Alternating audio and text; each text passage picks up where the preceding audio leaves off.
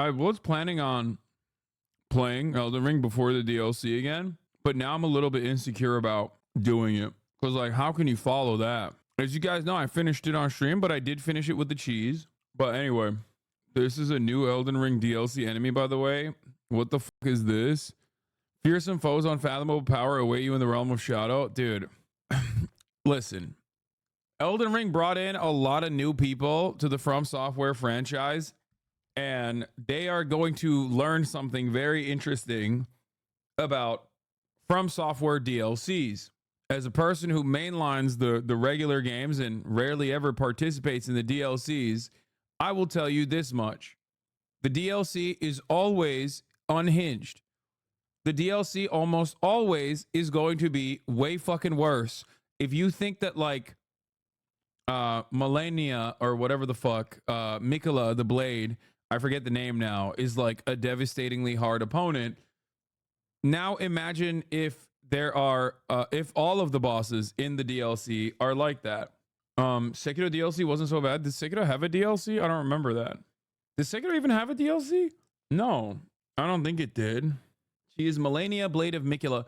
So here's the thing. Sekiro, to this day, I will still stand on this, is the hardest From Software game and also perhaps the best. And that is because there's only one way to operate. That you can't overpower. The amount of cheese that is available is incredibly limited. It's just pure skill. Okay? It's just pure skill. It is the most pure skill related, most rhythm related game out there.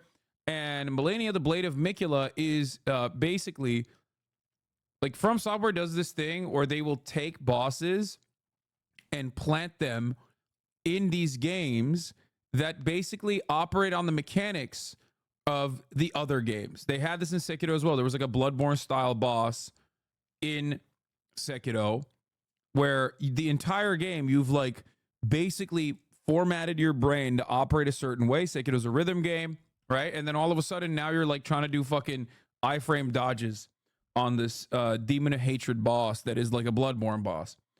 And so for me, I think the fact that you can't farm and the fact that you can't overlevel, and this is something I've talked to with like other much better From Software players, and they have agreed with me on this as well. Like people who literally do this professionally, I think that that makes Sekiro the hardest one in the franchise, in my opinion, and also it makes it the best one in the franchise, in my opinion as well. It's my favorite one, as you guys know.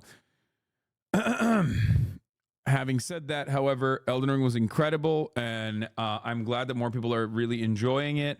I'm glad that entire new communities are getting invested in From Software. It's great. Do you remember Your Name is King, Kill Unk? Yes. It's stuff like that, like my Nameless King battle that took over a year for me to even get back to it. And things of that nature honestly are great. Like that is something that this platform will always like celebrate, you know what I mean? No matter what your political opinions are, no matter where you're coming from, I do love personally the fact that everyone will get together and cherish someone having a real gaming moment and will give you your flowers, you know, like me fucking playing Sekiro, quitting and then taking an entire year to get back to it and then playing it all the way to the end. This is one of those instances, like, and Kai's doing that right now in front of a massive audience and doing it in a very like grand way. And I love that. I think it's great. Gaming is great. I love games. Would you ever run back Ghost of Tsushima? Not really. Probably not. Sekiro DLC was the boss rush levels and a new version of Owl. Wait, what? Oh, here's you defeating Melania after 2 days only. Yeah, but dude, come on. I did Mimic. Like, yeah, I was over leveled. I mimicked. Over leveling is fine, but I did Mimic.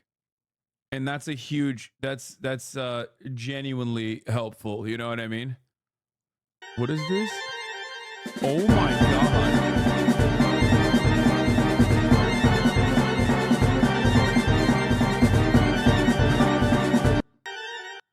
That's insane, bro.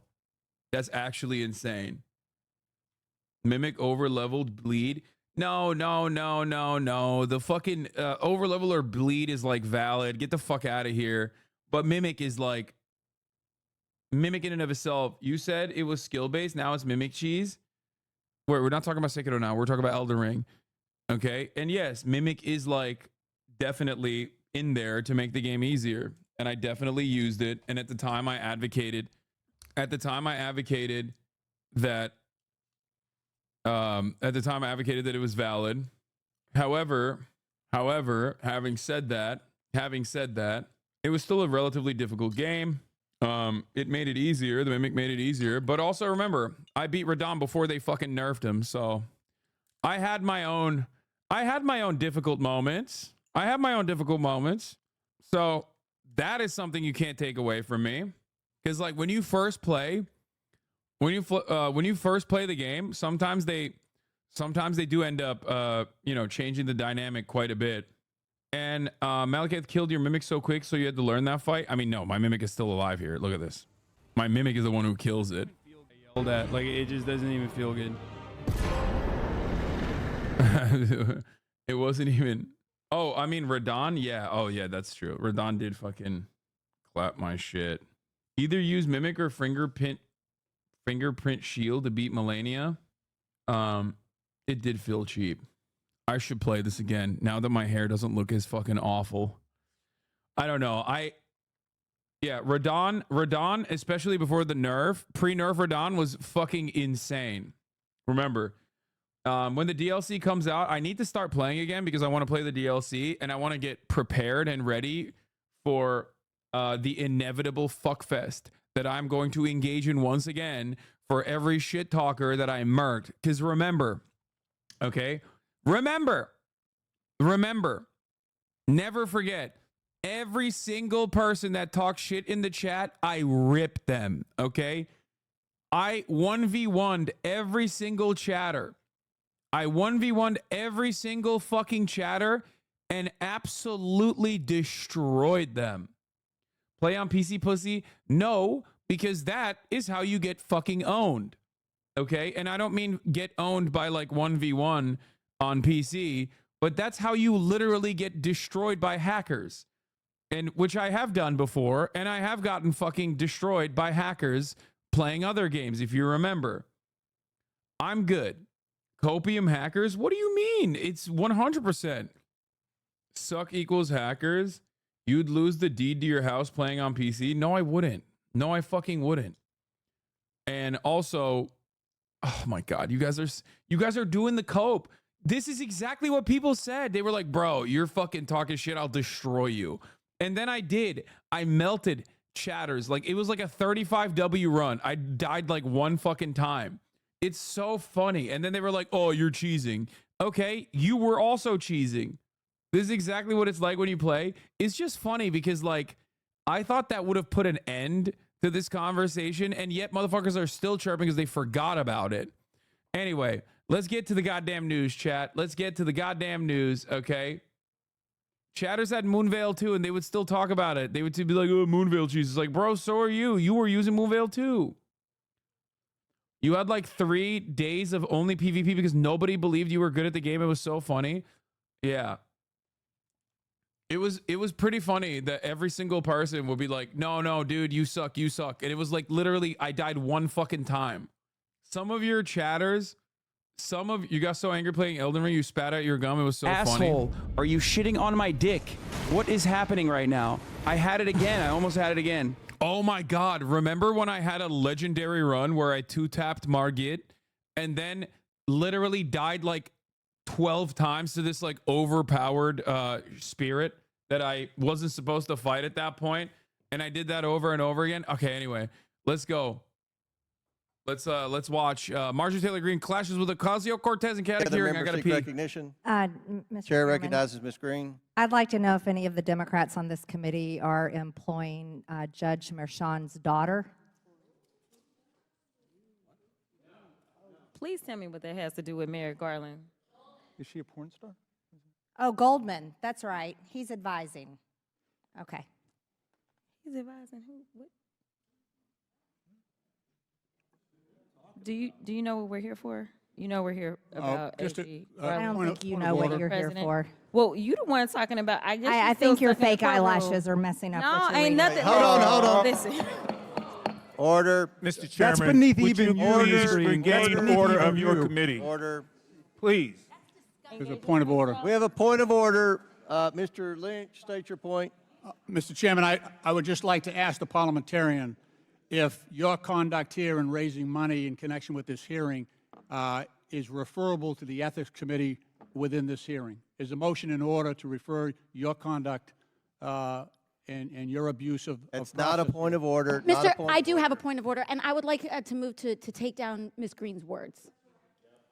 That is absolutely unacceptable. How dare you meeting will attack the suspend. physical Meeting will appearance of another suspend. person? Are your Move feelings her hurt? words down. Are your feelings hurt?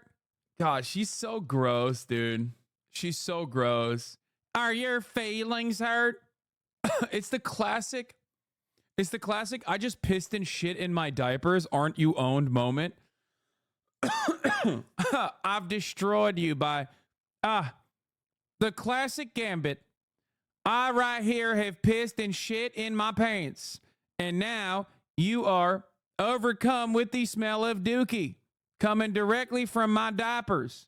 And here you are complaining about the dookie smell. It seems to me like I have owned you with my dookie smell coming directly out of my diapers. Ha ha!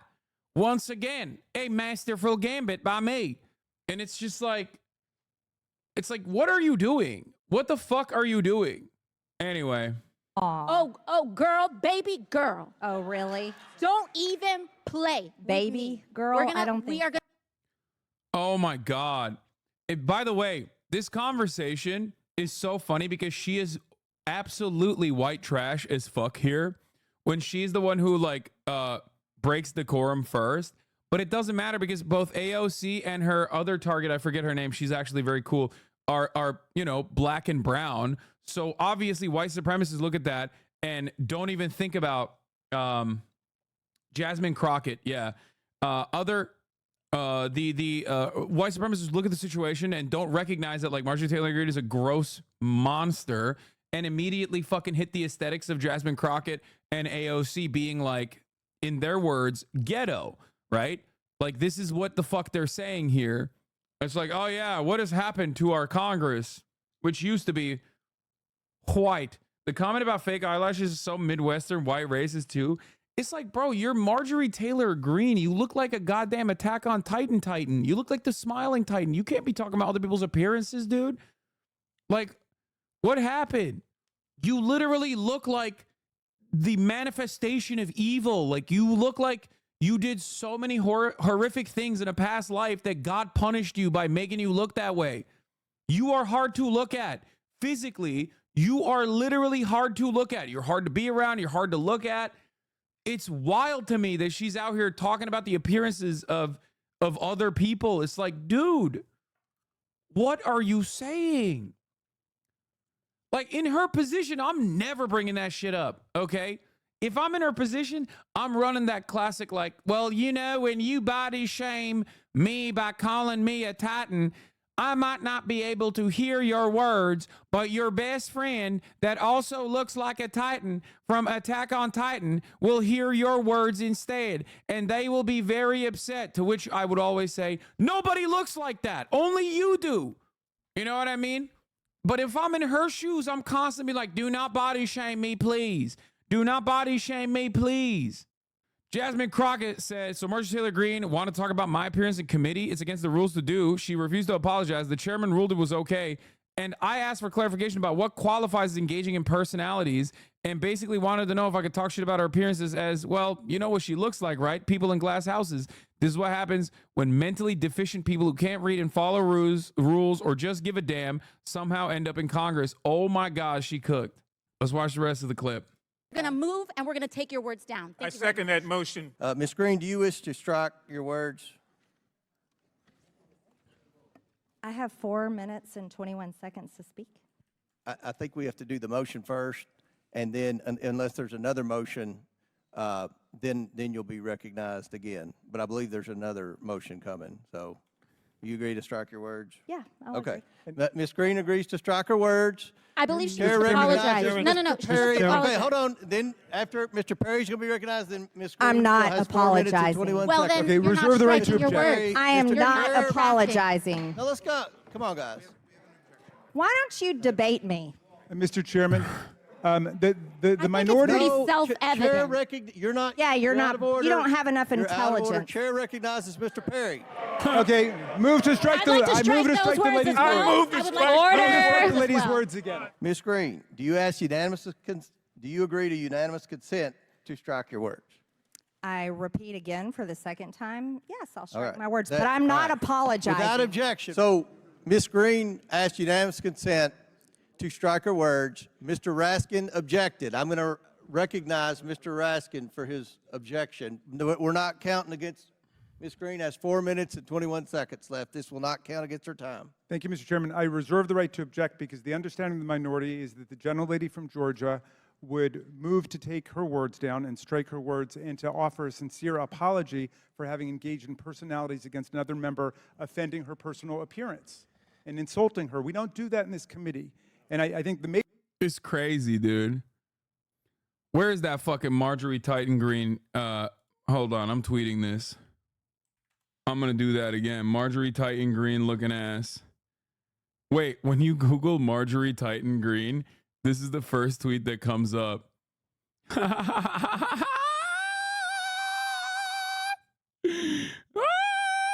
You know what? I'm just gonna quote tweet this. I said Marjorie Titan Green talking about the appearance of other congresspersons is wild. You literally are uniquely ugly, looking like God punished you. Which one should I use? MT Green or Rep MTG? MT Green, right? All right, I'll do both. I don't want to get blocked on both, though. She can't block you on her government account, I think.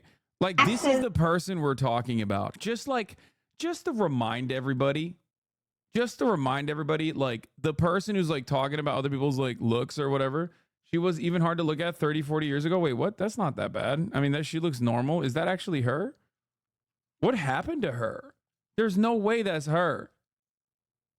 There's no way that's her. That looks like a normal human. She like, bro, she literally, what does she eat? The ugly fruit? Like, what happened? She actually unironically looks like shit. I don't know how. I don't know why. The Uggo fruit. All right. Anyway, probably the divorce. No, man. Haas, you are mean. Guys. Okay. There is not another person that looks like her. Okay. You can't be like, bro, don't body shame her. Don't body shame her. Like what's the counter to that? What's the counter to that? Are you going to be like, Marjorie won't hear your fucking words, which I hope she does because I tagged her. But like your friend that looks like a fucking smiling Titan will? What do you mean? Like there's no one that looks like her. She is so uniquely ugly, bro. I don't know how else to explain it. She ate the ugly no me devil fruit. She's going to tweet this bag at you. Yeah, except I'm fucking jacked, okay? Yeah, that's right. I'm the motherfucking beast Titan.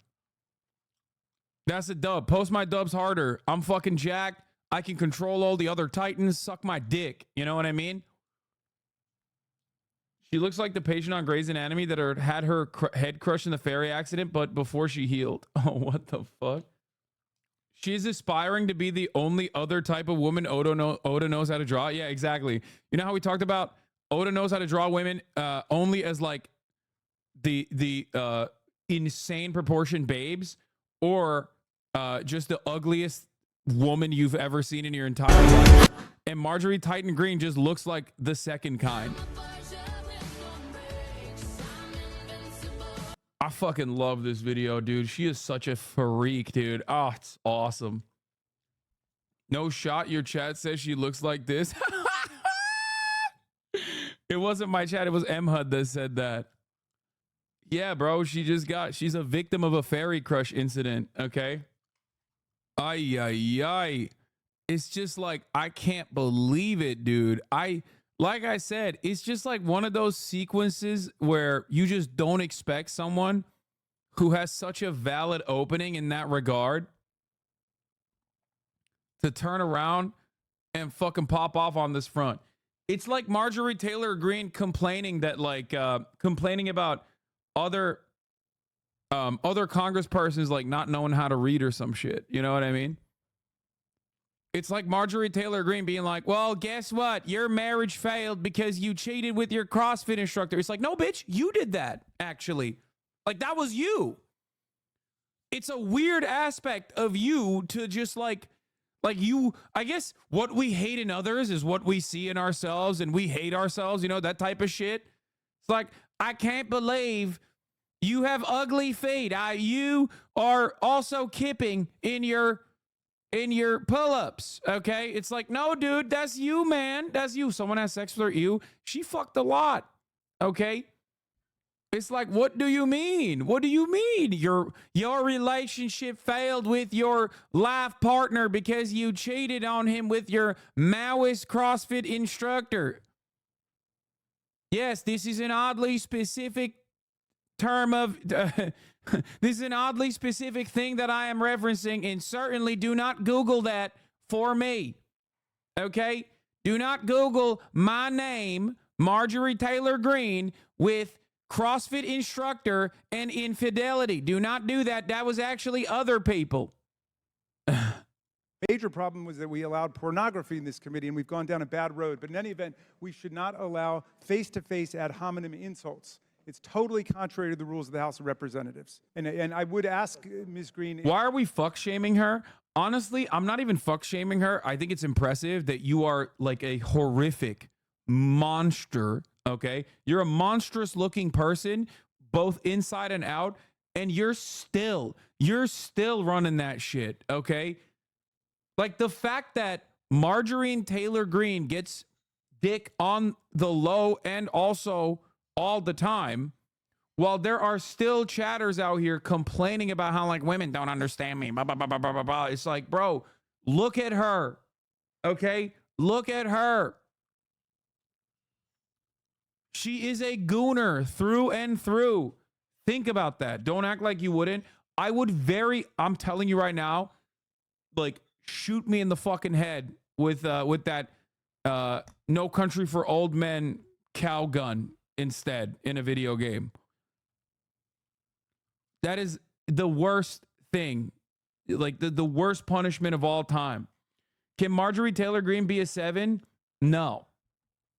Marjorie Taylor Greene is a MILF. I guess she's a horrible person, but I cleaned up. Okay, stop, chat. You're lying to yourselves, and it is truly unconscionable. Like, it is unacceptable. Lying to this degree is not allowed, okay? I will ban you. I'm gonna start banning you motherfuckers, actually.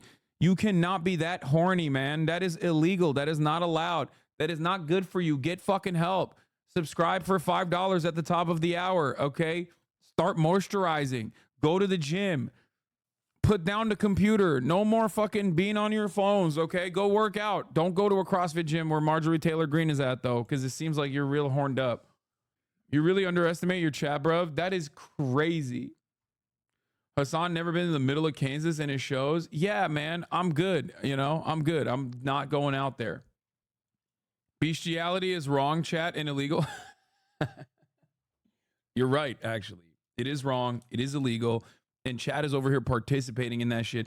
It's not even bestiality at that point. It's like interspecies shit. Like beyond species that normally fucking exist in the world. Yeah. Get some skincare going. Get gifted a sub if you're lucky at the top of the hour. The 3-minute ad break is coming for you. Do some self-care and, you know, pray to God, I think. I don't know. Go to church. Go to the mosque. Go to the synagogue. Pray. Pray immediately to save yourself, okay? Here's the 3-minute ad break now. But you'd fucking alien be consistent? Yeah, a hot alien. The fuck do you mean? Like, when I say I'll fuck an alien, I'm talking about like Mass Effect, okay? The fuck? Like, when I say I'd fuck an alien, I don't mean like I would fuck every alien, okay? Calm down. If she would just make the apology. It's not that complicated. We don't want to get into face-to-face insults. You will never get an apology out of me. I don't owe you Then I one. object. Then I hate Lauren Boebert too. I hate Lobo too. I think those, look, the thing is, like, I don't understand I don't understand how people don't see this. Like people that say like, oh, Lobo's hot. Like you guys are just so horny. Like for me in particular, like obviously physical appearance like plays a role in everyone's understanding of attraction, but like both of them are so awful. Like it just, like they are so awful. I don't know how else to describe it. Like they are just ginormous pieces of shit who are also incredibly fucking stupid. That like there is no way, like there is no attraction there. They are truly repulsive individuals. Like I don't understand it. Like in order for someone, I'll keep it consistent, okay? In order for someone to for me to be able to overcome their truly heinous viewpoints, like they have to be above and beyond attractive, okay? Like we're talking like Gal Gadot or some shit. It's not happening in any other circumstance. Like you're insane. Like Lauren Boebert is just like your average lot lizard, and you're over here being like, oh, she's so hot. It's like, bro, she's like an Oklahoma 4, okay? Like, what are we talking about? Like, in order, I'm not saying it's impossible, but in order for someone to be able to overcome their horrifyingly bad point of view, they have to be like a once-in-a-lifetime beauty, like unimaginable. Some of us are in Oklahoma, you coastal elites. Yeah, well, then you can fucking confirm. Actually, she's not an Oklahoma 4, but like she's probably higher in Oklahoma. All right, let's continue with this dumbass clip. Object, Mr. Chairman. Mr. Raskins objects. I think we don't want to see a complete dissent of our committee. And the verbatim quote of the gentlelady was, "I think your fake eyelashes are messing up your reading." That is what she said. I think your fake eyelash, and that's obviously engaging in personalities. It's an ad hominem attack, and I would just ask every member of this committee, in a fair-minded way, would you want to be talked to in that way about your personal appearance by another member of the committee? Because what we're doing is we're setting standards going forward. Yeah, I mean, this is unironically the exact same thing, but this time like the misogyny edition, which by the way, I'm leaning into, and I apologize to all the female watchers right now. I apologize to the women Hasanabi heads out there for the many instances of my of me being misogynistic today. But the reality of the matter is this is basically the misogyny edition or misogynoir, and the same exact like white supremacist overtones that you see in Congress when Tom Cotton will be like, that's right, this is why we must execute everyone who's pro-Palestinian. Those Arab dogs must go away. Or he can fucking turn around and be like, what kind of Chinese are you, boy? To the fucking Singaporean TikTok CEO. And like, that doesn't require any censuring whatsoever. But Rashida Tlaib will say, from the river to the sea, Palestine will be free, an emancipatory slogan. And immediately they're like, shut the fuck up. That's it. Marjorie Taylor Greene, as a white woman on the Republican side of the fucking Congress, can turn around and be like, yeah, it's like your wig sucks, your fucking eyelashes are long, or whatever the fuck, right? Well, actually, for her to shit on a black woman's hair would require her to like at least know a little bit more reading about black culture, and I think she's like way too racist to even know anything about that. That's why she just like immediately went for the eyelashes. But regardless, like she hits that line. It's obviously not appropriate at all. Okay, it's obviously not even remotely fucking appropriate, and yet they think it's okay. They think it's all right. Every other day of the week, if anybody else from the other side actually fucking reduce Marjorie Taylor Greene to her dog shit looks, which by the way, I am doing because I am being a little bit misogynistic, okay? But like any other day, they would be like, well, that's not allowed, especially if it's coming from a brown woman, especially if it's coming from a black woman. Just curious, just to better understand your ruling, if someone on this committee then starts talking about somebody's bleach blonde, bad built butch body, that would not be engaging in personalities, correct? A what now? Ha! Oh my God. I'm going to run that again. This committee then starts talking about somebody's bleach blonde, bad built butch body, that would not be engaging in personalities, correct? A what now?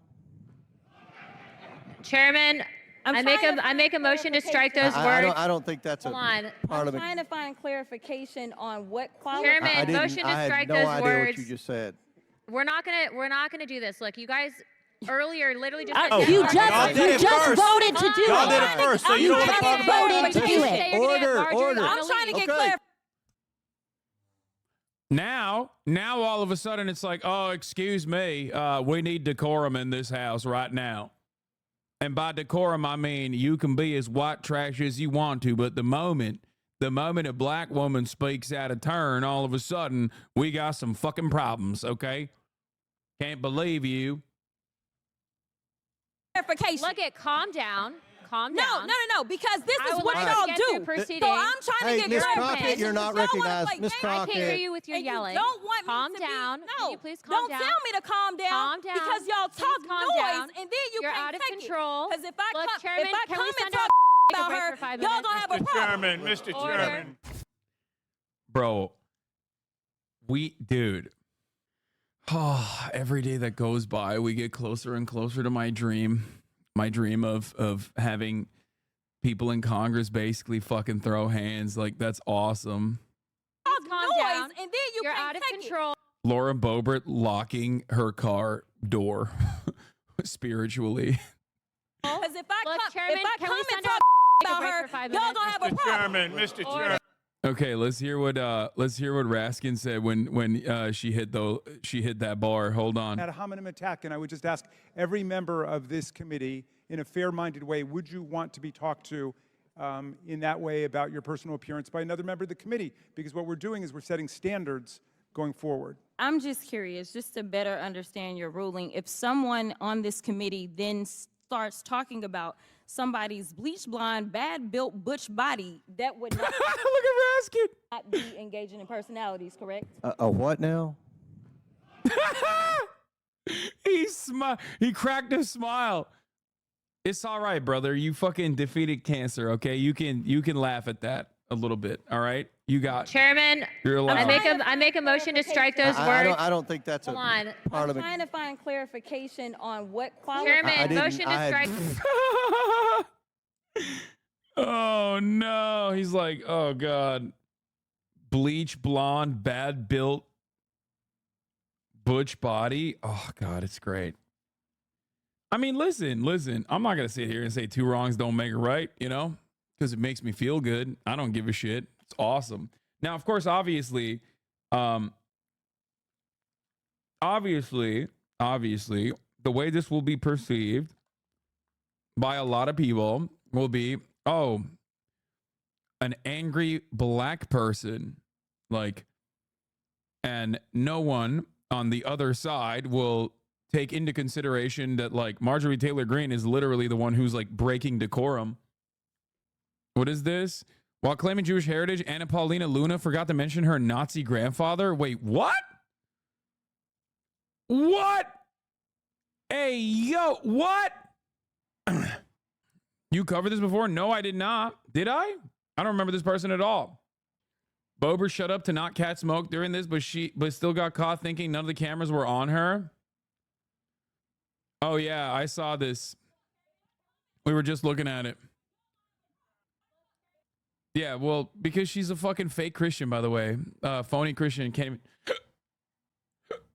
even do the cross right. No Strike idea those what words. you just said. We're not gonna do this. Look, you guys earlier literally just said You Democrats just are doing it. voted to do Y'all it. did it first, so you don't want to talk about it. voted to do it. Order. I'm trying to get Okay. clarification. Look at calm. Remember, this is coming after they said it was fine for Marjorie Taylor Greene to say that, like, her eyebrows, Miss Crockett's eyebrows, are causing her to not read correctly or something. Down. Calm No, down. because this I is would what like to y'all get do. through proceedings. So I'm trying Hey, to get Miss clarification. Crockett, you're not Y'all wanna recognized. play Miss games, I can't hear Crockett. you with your and you yelling. don't want Calm me to down. Be, Will no, you please calm don't down? tell me to calm down. Calm down. Calm down. Or not eyebrows, sorry, eyelashes. I apologize. It's just like, it's classic bullshit. You say some unhinged shit, and then you get like You say some unhinged shit that has like racial undertones as well. That's like very undermining. You get protected by the institution while simultaneously saying that. And then when the other person obviously understandably gets like emotional about it, then you go, oh, why are you being so emotional? It's like literally the same exact fucking principle behind how debate lords operate. Haha, you have been destroyed. It seems to me like you got quite emotional about my very obvious baiting. Because y'all talk calm noise down. and then you You're can't out of take control. Because if I, Look, Chairman, if I can come we and send talk a about break her, for 5 y'all minutes? gonna have a problem. Mr. Order. Chairman. Who wants to take a whack at this? I mean, these are people are elected. Like, This just goes to the whole thing we're talking about all day. I mean, anyway, by the way, Jasmine Crockett's response, Congresswoman Texas 30, Jasmine Crockett's response to this was, so Marjorie Taylor Greene wanted to talk about my appearance in committee. It's against the rules to do. She refused to apologize. The chairman ruled that it was okay. And I asked for clarification about what qualifies in engaging in personalities and basically wanted to know if I could talk shit about her appearance as, well, y'all know what she looks like, right? People in glass houses. This is what happens when mentally deficient people who can't read or follow rules or just don't give a damn somehow end up in Congress. Now, one thing to remember is that Jasmine Crockett is literally a fucking attorney. Okay? Before she was a representative, she was an attorney. Marjorie Taylor Greene, on the other hand, is a failed daughter who is a real estate developer. Obviously, because she is black, she's a black woman, people will refuse to reckon with Marjorie Taylor Greene's idiocy and will openly just call her ghetto. Okay? Oh, Congress got so ghetto. You don't want to talk about. Which is crazy to me. It's crazy. Bro, you are literally between her and Marjorie Taylor Greene, who has gotten more than like third grade reading. Like, what are we talking about here? Immediately, it's like, oh, she's black, Marjorie is white, so obviously she's reduced to a lower class of human being for her behavior, for her getting emotional. When white people get emotional, and this, by the way, this dynamic exists amongst women and men as well. When women get emotional, they're hysterical. When men get emotional, they're oftentimes seen as like championing a cause, right? So that's something you always have to consider. And of course, that same dynamic exists between white women and black women. When a white woman gets emotional or says some shit, obviously, depending on the circumstances, if she's going up against a black woman, she's not going to be seen as like ghetto in the same way that a black woman responding to that will be seen as aggressive, maybe even violent. So it's something to always remember. Men are assertive. Men are dominant. Men are alpha. When women get that way, they're hysterical. They're emotional. They're not able to control their emotions. This is something that I have talked about before, way back in the day.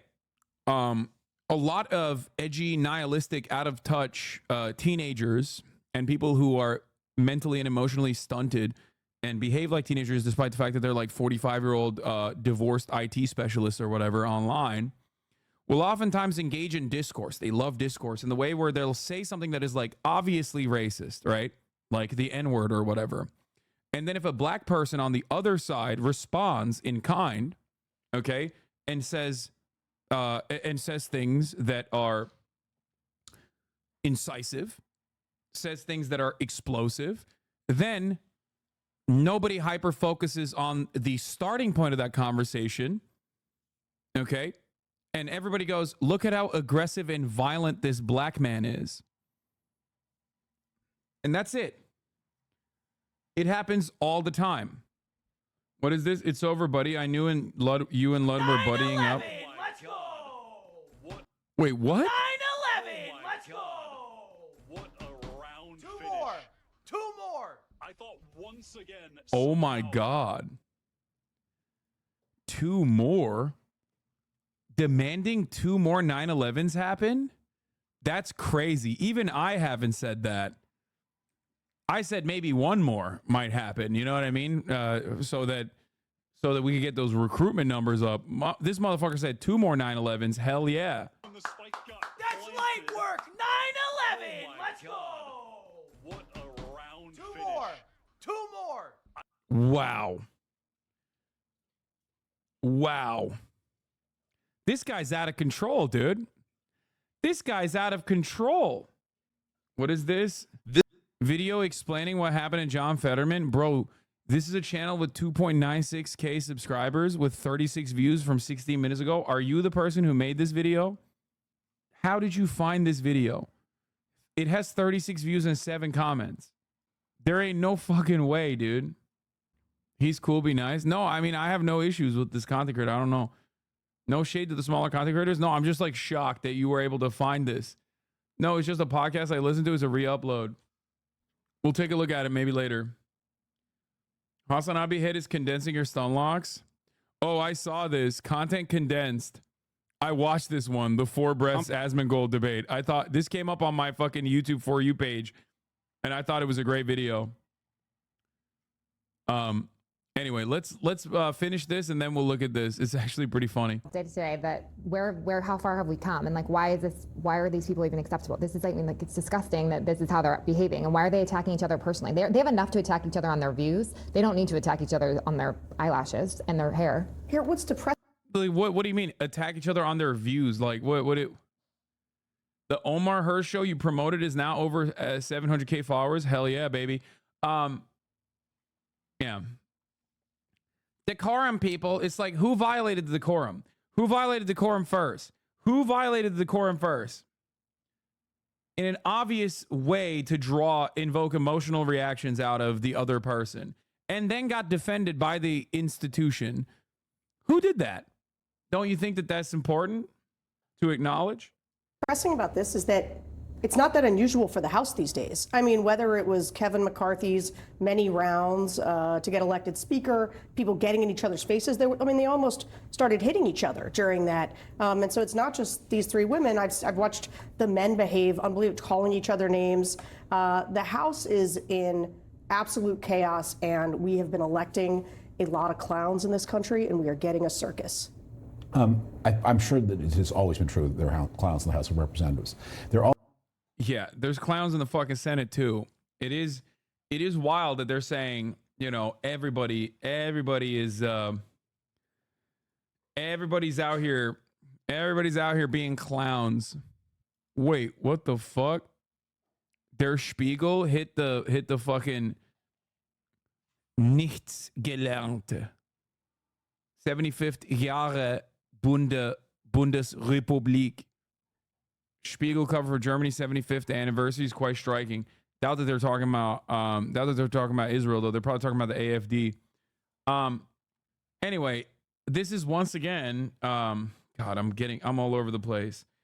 This is once again civility politics in full display. You got a motherfucker who is like a bloodthirsty war criminal talking about civility on a fucking panel, being like, yeah, there's so many clowns in Congress. It's like, I would rather have, and I don't even give a shit about Marjorie Taylor Greene. I would rather have every single congressperson use bad words, okay, get emotional in either direction, as a matter of fact, as long as they were all vociferously anti-Iraq war, okay? I don't give a shit about the civility. I don't care. I don't care at all. The reason why I don't like Donald Trump is not because he is uncivil. The reason why I don't like Donald Trump is because he's a racist piece of shit. Okay? He is a right-wing reactionary monster. For these liberals, the only thing they give a fuck about is that, like, Donald Trump is so gross. I hate it. Oh, God. Like, I like that Donald Trump is uncivil. That's one aspect of him that I like. He's funny. I don't give a shit about the optics of it. Also used to be a career path where you put your head down, you did the work, you amassed some seniority, you built a staff, you built a reputation, you built partnerships, and you passed laws, which is what you were there to do.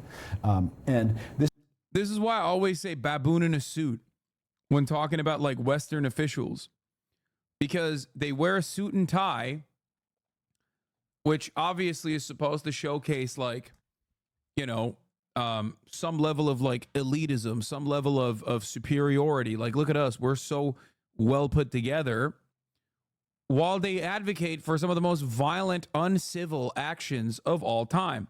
David Frum's existence is a perfect representation of that. This is the comic and eye-catching side of the problem with the Congresses of the past few years, which is they're remarkably unproductive. And when you think about problems that Americans have, from the cost of nursing home care to how do you get health insurance, to climate change, to are the taxes too high, to the debates as we have this all-party consensus that is building in favor of more protectionism and trying to enrich ourselves by keeping out foreign goods. That these are things that you would think that the House of Representatives should be having a voice on, but laws don't get passed, this stuff happens. And so this you can see, and it gives you an idea. It's important as a clue to all the things that you don't see because they're not happening. One thing about this, too, is that it does come down to leadership. I mean, James Comer, this was his committee that devolved into this back and forth. Here was how he tried to explain what happened. I don't know if you've noticed it. I have 2 hearing aids. I'm very deaf. I'm not understanding. Everybody's yelling. I'm doing the best I can. Can we not recognize Ms. Green and let her get? We cannot because of the rules of the committee, Mr. Chair. I sort of wonder how he didn't hear this piece of it. Watch. We're not gonna do this. Look, you guys earlier literally just You just voted to do Y'all did it first, so you don't want to talk about it. voted to do it. Order. I'm trying to get clarification. Look at and yelling. You don't want me Calm to down. Be, Can no, you please calm don't down? tell me to calm down. Calm down. Because y'all Please talk calm noise, down. and then you You're can't out of take control. Because if I Look, come, Chairman, if I can come we and send talk take a about break her, for 5 y'all minutes? gonna have a problem. Megan? I mean, it's like a circus. And like it's a circus of people are screaming at each other. I mean, I guess Comer couldn't blame his wife because he didn't think of that excuse fast enough to solve this problem. That seems to be what we're blaming people for today. I just don't understand how this is like acceptable behavior from our lawmakers who need to be passing laws. People actually have issues in this country, and we need to have actual laws. You know, one of the things that's been interesting about voters, we ask about Congress a lot. Yeah. And it's funny, they very much want results, but they do not want compromise. And voters in this country seem to have lost the plot that it requires compromise to get results, which is, I think, why you now see people reaching for sort of the strongman authoritarian types, because they have forgotten that actually the If a black woman started it, she would have the sole responsibility, but because a white woman started it, it's always them, they. Ugh, I hate this world. Yeah. No, for sure. If Jasmine Crockett was the first person to fucking pop off on Marjorie Taylor Greene in that exact same category, in that exact same way, they would be like, oh, it's really, really unacceptable the way that she's behaving, so uppity, something like that. Just like fucking racially loaded terminology. Because it's a black woman who responded, they're basically fucking saying both sides. But like I said, I don't personally give a shit. Okay, I don't care. I don't care that they like pop off. I think it's great. Yeah, I mean, there was a woman there was this person who called it ghetto, like literally. I think I tabbed out of that, but the way this body is supposed to function is by doing the hard work, putting their heads down, reaching a compromise that makes everybody a little bit unhappy and a little bit happy, and ultimately you get something done for the American people. And so people want things done.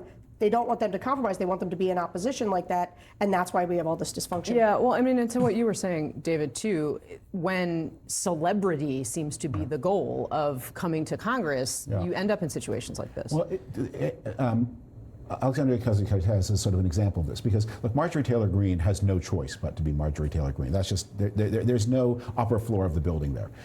But Ocasio-Cortez has potential to go in a number of different ways in her career, and that the incentives are pulling her toward the Instagram influencer, the viral moment, the no big bills path. I will say Ocasio-Cortez is not always like this in committee hearings. I mean, she was jumping in defending someone, and she actually was the one who knew the rules of the committee, was using them to her, and she's usually very prepared for these hearings. But continue. Okay, so she has a path. I mean, I think what we're also coping with is this is a Congress that doesn't have a majority in the House of Representatives, and the inhibitions, what might happen under a different political culture, is the Speaker would put together a working majority. Half of his party, a third of the other party, and build a majority from the center out. But that is completely prohibited by the culture of the modern House of Representatives. That's how actually things were often done in the past, especially in the 50s. Bro, you advocated for the Iraq war. You literally personally added Iran to the axis of evil speech. That was David Frum, right? I don't want to get my fucking white dudes in the Bush administration mixed up. But I'm pretty sure he was literally the guy who personally added Iran and North Korea into the axis of evil speech famously. And is he also Canadian? I thought Brett Stevens was the Canadian one. Was he also the fucking Canadian guy? Oh, we got to shut down. We got to shut it down, dude. Canada not sending their best, as always. 50s and 60s, when the partisanship was a little more blurry, you would have this functioning coalition of the center of moderate Democrat, usually with a Democratic speaker, or in those days, always with a Democratic speaker. Yeah. But putting some of the Democratic members out to the margins, putting many of the Republican members out to the margins. But our political culture doesn't allow that middle-out coalition anymore. It does not. Tonight. All right, we're going to, before we get to Governor Greg Abbott, AOC had the smoke for John Fetterman as well. Fetter bitch. In the past, I've described the U.S. as the U.S. House as the Jerry Springer Show. Today, I'm apologizing to the Jerry Springer Show. House committee meeting devolves into chaos as Green and Ocasio-Cortez trade barbs. AOC responded with, I understand you likely would not have stood up for your colleague and seem to be confused about racism and misogyny being a both sides issue, but I stand up to bullies instead of becoming one. And to the women of Pennsylvania, I'd stand up for you too. Enjoy your Friday. A black woman was insulted by a racist and AOC defended her, and you are pretending like it was just drama. Pathetic fence sitter from friend of the show, Michael from Pennsylvania. Oh, he's just like, I think John Fetterman is personally invested in just like making himself look as bad as possible. I don't know. He's just like doing Kirsten Cinema shit. But here, this is, like I said, I'm just gonna play this one more time so you guys get a better understanding of who we're fucking dealing with here. Okay, hold on, Andy, dude. Like, the kipping on these pull-ups is insane. For those of you who don't know, this is just typical CrossFit. Okay, this is typical CrossFit bullshit. It's pretty funny to be like a CrossFit guy in like whenever 2023 when this was originally posted. I just anyway, of course mainstream media would understandably jump on this and talk about the aesthetics and the civility of it all because they're ghouls and that's all they care about. So, you know, typical bullshit. Oh, here's another funny aesthetics, civility thing. Here it is. New York Times did a report that an upside down flag, a symbol of Stop the Steal, flew over Justice Alito's house after January 6th. This is such a funny ass thing to like, to do a news article around, a news hit around, and I have to cover it because I feel like it perfectly pairs with the rest of the conversation. You know, a little column B, a little column A. Okay, watch. We have new reporting in the New York Times that I find absolutely staggering. Absolutely staggering, guys. I can't believe it. I cannot believe it.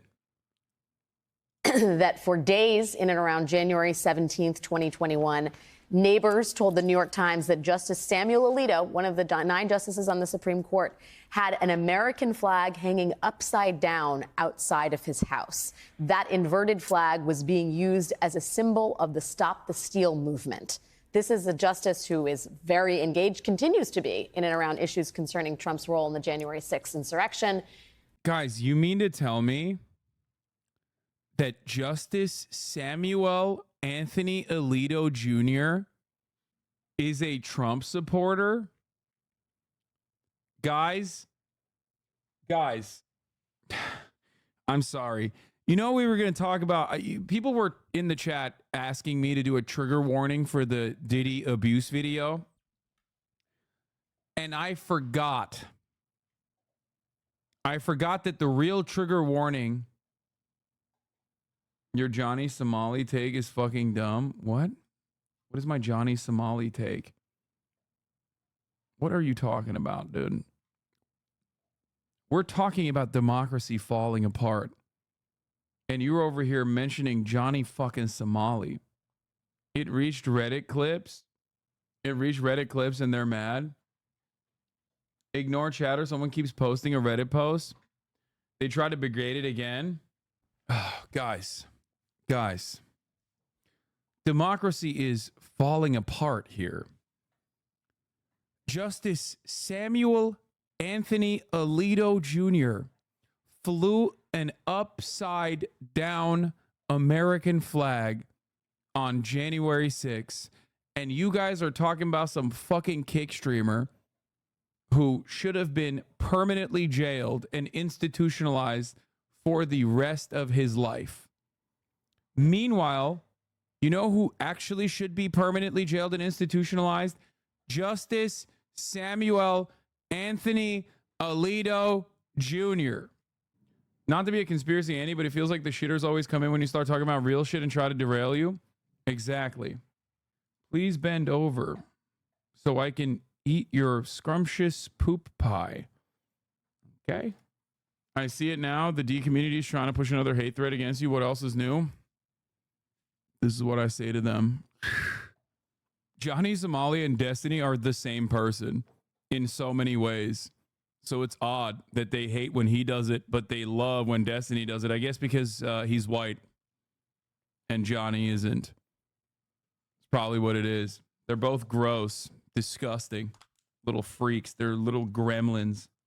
I'm too normal for this. Who is Johnny? He's just like some fucking weirdo who like goes to other countries and is just like a ruthless monster to people.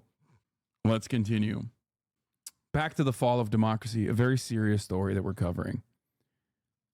Nominated to the High Court by President George W. Bush on October 31st, 2005, who served on the Supreme Court of the United States of America since January 31st, 2006. Justice Samuel Alito. Can't believe he did that. Apparently had a Stop the Steal flag flying outside of his house. He says in a denial, I had no involvement whatsoever in the flying of the flag. It was briefly placed by Mrs. Alito, Martha Ann Alito, in response to a neighbor's use of objectionable and personally insulting language on our yard sign. It was briefly placed by Mrs. Alito. Damn, he immediately said it's the wife. he pulled the ripcord. It's my bitch wife, dude. You know how it is. Yeah. Also known as the Clarence Thomas response. It's great. Good stuff overall. The old ball and chain. She did it. It was briefly placed by Mrs. Alito in the response to a neighbor's use of objectionable and personally insulting language on yard signs. This is nothing but a... This is extremely white people shit, by the way. I love this argument. And I love this conversation as well. Like, this is what white people are doing. They're duking it out over like lawn signs and you know, flipping the flag over and stuff. Who gives a shit about any of this, man? Like, actually, this is objectively one of the dumbest stories I've ever heard. Yeah, dude, I knew that he was a piece of shit, okay? He's a Bush appointee Supreme Court justice. Of course, he's a reactionary monster. The fuck are we talking about? How is this news, man? What are we doing right now? Democracy dies in the darkness. And that darkness is when we don't cover Samuel Alito 4 years ago having a fucking upside down flag on January 6th. The Supreme Court of the United States of America literally rolled back one of the most significant civil liberties in terms of women's bodily autonomy. And we're over here talking about this shit? Are you fucking insane? Bro, you're a homeowner. You're supposed to get in on this shit. I know. I should be getting very mad about this. We're doing HOA convos, dude, from 4 years ago. I don't know if you know this, but your edges were not trimmed appropriately according to the Homeowners Association rules guideline. So I flipped my fucking flag. Like, who cares? Brother, it's a big deal because Alito voted to take up the 2020 election case and is currently deciding whether Trump is going to be a God king. Yeah. I don't know if you know this. but I didn't need this this upside down flag story to know how he was going to how he was going to go on the 2020 election case. It's so funny to be like, yeah, this actually spells trouble. It's like, bro, do you know how the Supreme Court operates? Come on, guys. Like, what are we thinking here? You think the people on the Supreme Court that don't have this kind of situation going on at their houses 4 years ago are also going to rule in defense of democracy or American principles? No. You all right? Down? Good girl. Good girl. Then talk about something else. Yeah, but it kind of spoils the ruling a little bit. Guys, I don't think you understand what I'm saying. Okay? Right-wing Supreme Court justices do not operate on anything but ideological boundaries. Every Supreme Court justice operates on ideological boundaries. It has always been the case.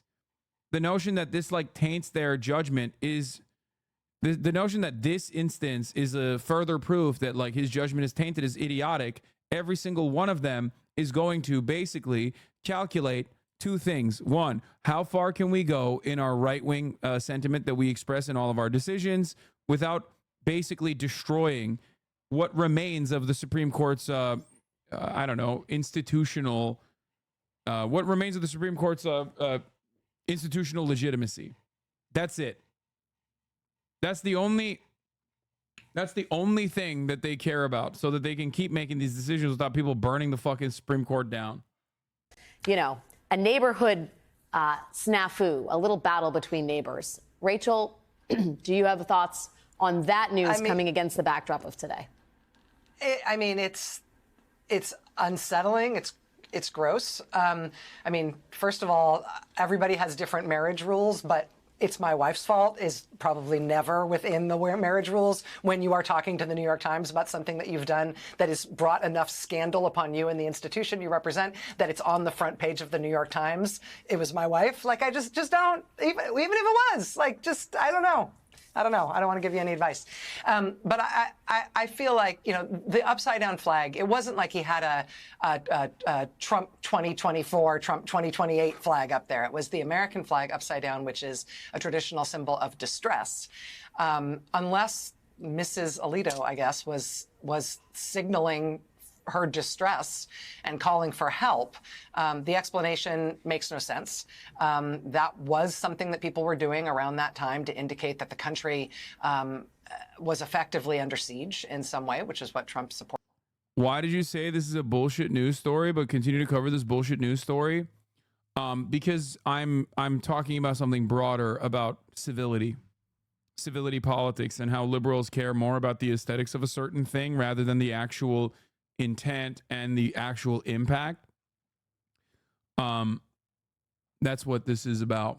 This coverage is not simply about this news story. This coverage is more so me making fun of liberals caring more about the symbolism of an upside down flag. I hope that clarifies it for chatters. I don't know why you're so mad at me covering this, by the way. Calm down, I think. Reporters were making the case for when they were describing the election as having been stolen when it wasn't.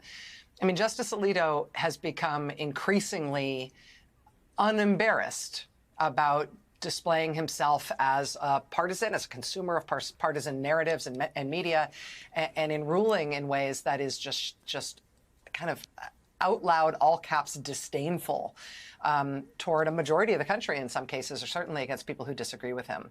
And this fits with that, but it's also something that I've never heard anything like this in the entire history of every controversy I've ever known about with the United States Supreme Court. I think Chief Justice Roberts has a problem on his hands in terms of the behavior of some of the more aggressive justices and those who are really flouting ethics concerns and equanimity concerns with their behavior. Anyway. Yeah. Those neighbors who did not report the flag knew exactly what kind of person Alito is, and knew that Alito and his wife were linking themselves publicly to violent extremists by displaying that flag. That's why the neighbors feared reprisals and stayed silent. If you see something, say something. Okay, guys? If you see something, say something. Please. It's unacceptable. Oh, this is where the Johnny Somali thing is coming from. Hassan on why Johnny Somali is racist against the Japanese. America bad. Wait, so they agree with Johnny Somali? Like, I'm confused. They keep posting this over and over again, apparently, and trying to like updude it. They've tried posting it multiple times. What is the anger? Repost thread. So I'm going to repost my comment. What critical race theory does to a motherfucker? These guys' entire worldview is based on white people bad. It's hilarious. The kind of shit they come up with to stick to that. Are you okay? Do you need help? Nothing you said has anything to do with the clip in the pose. What is this? He was being incredibly fucking racist. What the fuck? I said racist? Yes, dude. Yes. Are you going to say that like, oh, but Japan is 98% Japanese. How can you be racist to the Japanese? Because when he was being racist to the fucking Japanese, he was being racist to the Japanese by screaming Hiroshima and Nagasaki. So Johnny Somali wasn't being racist to the Japanese on the virtue of him being black and them being Japanese. He was being racist to the Japanese on the virtue that they were fucking annihilated by American atomics. Once again, tying this back to historic violence, colonial violence or imperial violence, but violence nonetheless, that an entire nation was subjected to. If it's tied to systemic violence, then yes, there is an adequate reason as to why this would be considered racist in the way that you understand racism. Okay? So that's it. That's literally, it's that simple. It is. Wait, I'm confused. What are they like? What is the, at no point did you use the word white? Yeah. The main point of contention seems to be that Japan was imperial, and you say imperialism, colonial violence. Yeah, it's really interesting because if you actually watch the full clip, I actually get into that as well. But of course, that part is not in this clipped out of context. I almost immediately after this 58-second clip is done, unironically start talking about how Japan was obviously a fascist imperial entity itself, and the nuclear bombs, the atomics that we used on Japan had absolutely nothing to do with its like rape of Manchuria. But you know, that's that it's a days old clip. The original OP got so horny to post, they posted a random YouTube VOD of it. It's nothing. Even the normal LSF commenters aren't buying it. Comments are funny. That's literally, it's that simple. It is unironic. Yeah. Seems reasonable, level-headed, and ideologically consistent. If you want to disagree on the structural element of racism, sure, go ahead. It's clear from the numerous clips in the past few days that Hassan does believe there's a structural element. What's the gotcha moment here? Am I missing something? Yeah, after watching it, none of the raging responses in here don't seem to be relevant to the video at all. They're reacting to their own hallucinations. Well, out of curiosity, I just had to look at your YouTube account. Basically, all your comments are on threads about Hassan. I mean, I find the guy annoying, but this level of seething obsession can't be good for you. I just don't get it. You think I do it for karma when Hassan maulding is more than enough enjoyment? Yeah, I'm maulding so hard, man. Doesn't this whole point of theirs imply that they think Japan deserved to be nuked? Yes, they are in agreement with Johnny Somali to own me, I guess. I just don't think they understand the words you're saying, and instead of looking it up, they just assume it's bullshit. Yeah. I don't think anything I said in that clip is like is wrong or goes against what I believe. Yeah, Japan was a fascist imperialist country that was doing their own version of the Holocaust in China and Korea. And yet, that still did not justify using atomics twice, not one, but twice. Like, they keep posting my dubs. These fans' hatred of you is irrational. Nothing you say or don't say will have any impact on how they feel. Yeah. It's probably one of your most benign, least controversial takes I've heard you say. It makes complete logical sense. Yeah. I agree the atomic bombs were not justified. However, they did probably save lives overall. Yeah, that argument is also bullshit because the argument is literally because America was firebombing Japan, which was going to kill more people in general. And it's like, there's another option there, which is to not do that. You know what I mean? America is not like an uncontrollable force. Like, it's not like a natural disaster. It was a calculated decision made by American generals to continuously firebomb all of the civilian areas of Japan. Not only was Japan ready to surrender before we dropped the bombs, but the Japanese conditional surrender came with keeping the empire intact, like keeping the emperor in a position of power, which we gave them after we nuked them anyway. Like, we literally nuked them, and then we're like, yeah, you can keep the emperor, it's fine. The fuck? Anyway, yeah, America just wanted to try out their nukes, so sorry to the Japanese, RIP. I hate when people repeat that talking point, especially when almost everyone in charge wrote memoirs about how they dropped the bombs for funsies. Yeah. We also pushed Japan to colonialism. Yeah, that's fucking bullshit, okay? I'm sorry. Like, Japan getting fucked over by the global powers after World War I, when China is literally getting way more fucked over after World War I, and then the Japanese having their own imperial ambitions is ridiculous. We didn't push them into colonialism. They were definitely with that, okay? They were on board with that. Imperial Japan absolutely was nutty with it. That's crazy. That's not correct. We dropped the bombs to show the USSR we had them, and it had to be and to be mindful. Yeah. So imperialism, not colonialism, those are two different things. No, what Japan was doing was colonialism. Imperialism is the more modernized version of that.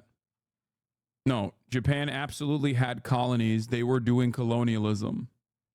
The Japanese had, in fact, already sued for peace before the atomic age was announced to the world with the destruction of Hiroshima, and before the Russian entry into the war, the atomic bomb played no decisive part from a purely military standpoint in the defeat of Japan. Fleet Admiral Chester W. Nimitz. Yeah, Manchuria was literally a colonial project. And Japan was doing that before America even existed, and certainly after America existed as well. So the idea that like Japanese colonialism is something that the Western world pushed them into doing is completely incorrect. Anyway, Commodore Perry forced Japan to open, which led to the Meiji Restoration and the start of Japan expanding to match the Western powers. All right. That chatter is wrong. Japan did not try to surrender before the nukes. That wasn't a chatter. That was a chatter quoting a high-ranking admiral in the American military at the time. And no, you are wrong. Japan did actually offer conditional surrender before the nukes. One of the conditions that they considered unacceptable being the continuation of the Japanese emperor. And America was like, no conditional surrender. Just full-blown surrender. Fuck you. Actually, we're just going to nuke you regardless. And then they did. And then they kept the conditional surrender, surrender that they put forward. So you're wrong. On August 10th, 1945, Japan offered to surrender to the Allies, the only condition being that the emperor allowed to remain the nominal head of the state. Look at that. You don't have to watch Sean's 8-hour fucking YouTube video to come to this conclusion. This is from the Manhattan Project from the U.S. Department of Energy and an interactive history. But even before the Hiroshima bombing, they had brought forward that there would be conditional surrender. After the Hiroshima bombing, they still offered to surrender to the Allies, the only condition being that the emperor allowed to remain as the nominal head of state. And then they were like, okay, that's fine. Planning for the use of additional nuclear weapons continued even as the deliberations were ongoing. On August 10th, Leslie Groves reported to the War Department that the next bomb, another plutonium implosion weapon, would be ready for delivery on the first sustainable weather after 17th or 18th of August. Following the destruction of Hiroshima and Nagasaki, only 2 targets remain from the original list. If you had to choose, though, would you pick no anime or nuke Japan?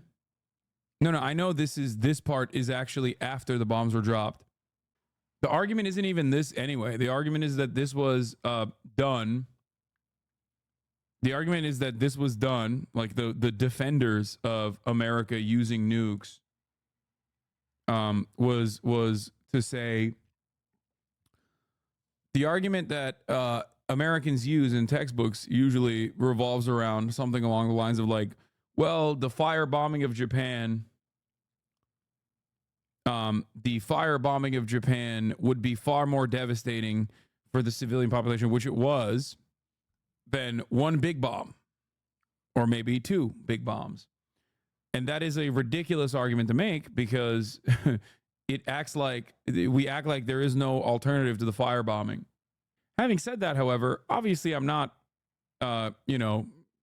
here running defense for Japanese war crimes in World War II. After all, I am not the American government or the Japanese government. People always point to the Japanese people saying that they will never surrender, that they're, that they had that dog in them.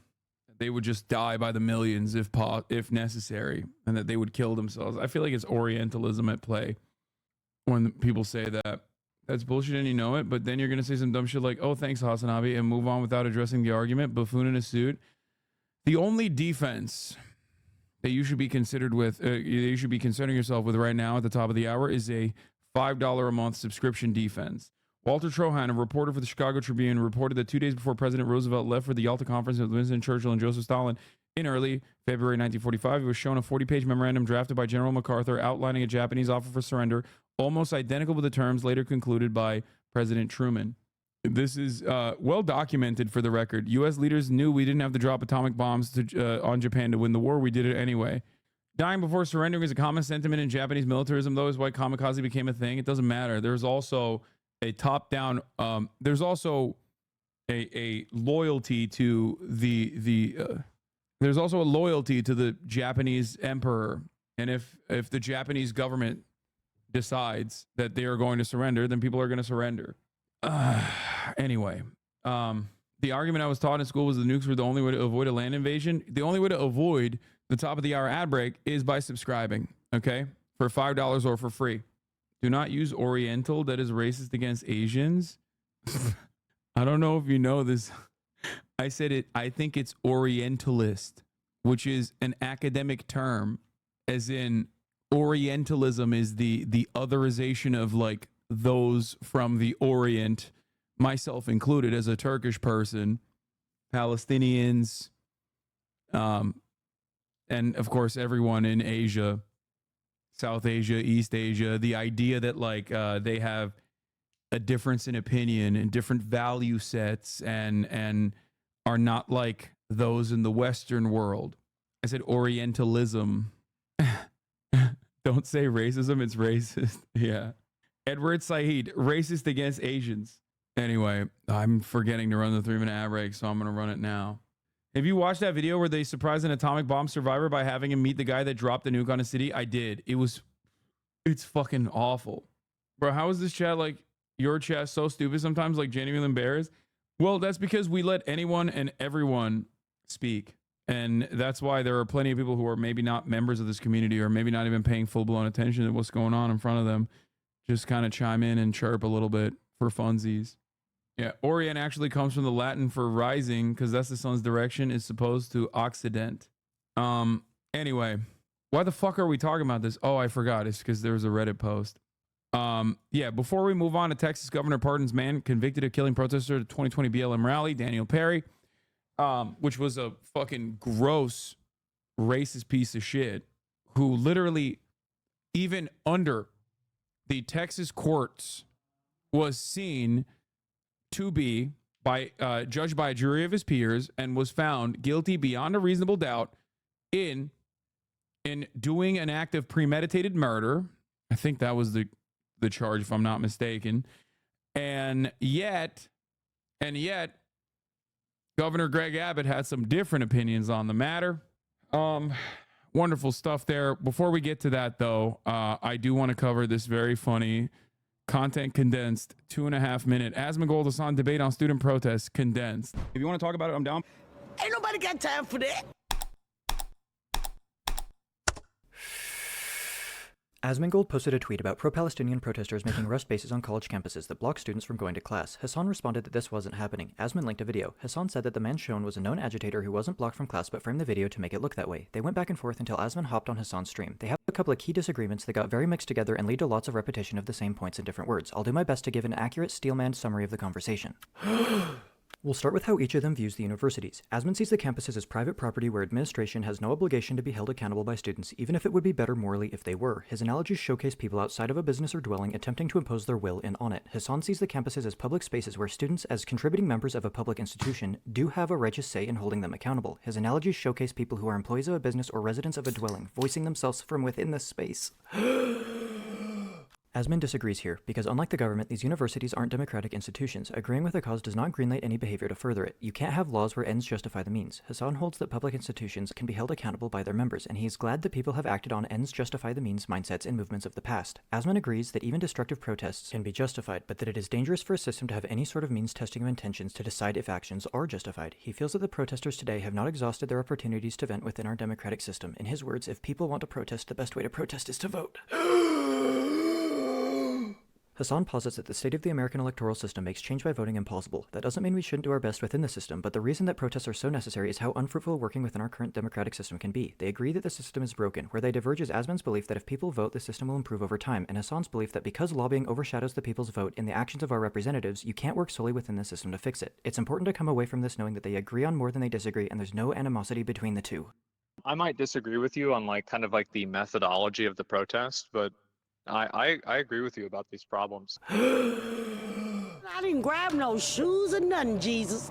I ran for my life. Respect. This channel's gonna save me so much time. What the fuck am I gonna do? Go on a walk with my dog, read a book? What the fuck? I watched the whole thing when I could have just waited a random 800 sub channel to post this absolute banger. It's great. Finally, a way to watch all the Hassan drama without having to listen to Hassan. Yeah, daily dose of Hasanabi. It is public property, yes, that is true. Anyway, the abridged debate drama, I love that. Even the haters like it. That's great. Problem is, I don't think haters fucking hear anything. They just I don't think they're responding to anything I'm actually saying. They're more so just responding to the feelings that they have and the hallucinations in their minds. You know what I'm saying? NMP asked the question about who to vote for. Oh, dude, I don't know, man. Vote with your heart. Vote with your heart, Nick. Anyway. All right. Still shocked that gamers are still mad about Yasuke? Dude. Gamers have a lot to be mad about, okay? Hey, YouTuber I watch for fitness tips just posted a video about semen retention. Am I cooked? Anyway, all right, I'm not responding to that. Texas governor pardons man convicted of killing protesters at the 2020 BLM rally. Let's take a look. Tonight, a man convicted of murder for killing an armed Black Lives Matter protester is walking free. Former U.S. Army Sergeant Daniel Perry was serving a 25-year prison sentence for fatally shooting Air Force veteran Garrett Foster in 2020. Today, Perry was pardoned by Texas Governor Greg Abbott. Now, just to remind you what happened, prosecutors say that Perry drove his SUV through a red light into a crowd of protesters in Austin. He was apparently approached. Yeah. Remember, dude, this is like textbook, okay? It is, if you don't know anything, if you just only know a couple things about Texas, you will probably come to the conclusion that when a white man goes to a Black Lives Matter rally, okay, in his car, and then shoots and kills one of the BLM protesters and then gets convicted of murder by a Texas court, okay, beyond a reasonable doubt, it probably is pretty open and shut, right? It's probably pretty fucking open and shut. So in that situation, the fact that if you don't know anything else, come on, bro. This is a open and shut case. This is black and white as it gets, okay? Even the concealed carry CCW subreddit said this was murder and half of them dream of being able to shoot someone. Exactly. And doesn't the pardon imply that they're guilty but the crime is okay? The pardon can be seen as someone who was falsely imprisoned. It doesn't always mean that obviously you have to be convicted guilty to be pardoned. But in this circumstance, they're saying that it shouldn't be a crime. That's what Governor Greg Abbott is saying. Now, there was so much about Daniel Perry. There was so much in the court case. Investigations were obviously conducted, and they found that he genuinely did have racist intent. Okay, openly saying that he was, well, one, he was saying a whole bunch of anti-Semitic shit, whole bunch of Islamophobic shit, whole bunch of anti-black shit, trying to text teenagers in chat rooms. Like, this guy had it all. Okay? This guy had it all. And we will cover all of that in a second if CNN doesn't get to it. Okay? But the real reason why Governor Greg Abbott did this is because he wanted to say Daniel Perry did the right thing. Go to a Black Lives Matter protest in his car and then shoot and kill one of the protesters. That's it. The protester he killed, for the record, is white as well. He was armed, and he was pushing his, I believe she's quadriplegic. I don't want to get it wrong. His wife, who was in a wheelchair. He was also a veteran. He was pushing his black wife in a wheelchair. He was the caregiver for his wife. And this dude straight up fucking shot and killed him, got convicted in a Texas jury, and he still was pardoned by Governor Greg Abbott. Now, the reason why people in positions of power do stuff like this is to basically say, I mean, it's similar to the Kyle Rittenhouse case a little bit, is that we will defend you. The institutions will ultimately defend you if you go out and do stuff like this. That is what this is. Okay? He openly also showcased his intent, by the way, Daniel Perry. This is one page of the 76 that were just released. Here, Daniel Perry says, I will only shoot the protesters in front and push the pedal to the metal. I might have to kill a few people on my way to work. They are rioting outside my apartment complex. Justin Smith, can you legally do so? If they attack me or try to pull me out of the car, then yes. If I just do it because I'm driving by, then no. Yeah, right, Law. Make sure to use only one shot on the protesters, so if they try to flood you, you got enough rounds for them all. I will only shoot the ones in the front and push the pedal to the metal. You got that much control over your bloodlust? Law boy, have you matured? All you would beat the fuck out of them, then rape a few. Look, I would probably barely have ammo left over with this tactic. I have to conserve my ammo for the trip back to home. No protesters go near me or my car. Can you catch me a N-word, the old school N-word, Spanish word, daddy? That is what I am hoping. Yay, says Justin Smith. That's the guy that was just pardoned. Like, there is no clearer. This is the reason why he got convicted, okay? It wasn't even like a Kyle Rittenhouse situation where they actually struck from the record Kyle Rittenhouse, the footage of him like looking at a bunch of black people outside of a CVS and being like, I'm going to shoot them. Like, where they literally struck that off the record. This is not vague. Don't say pretty vague still. What do you mean?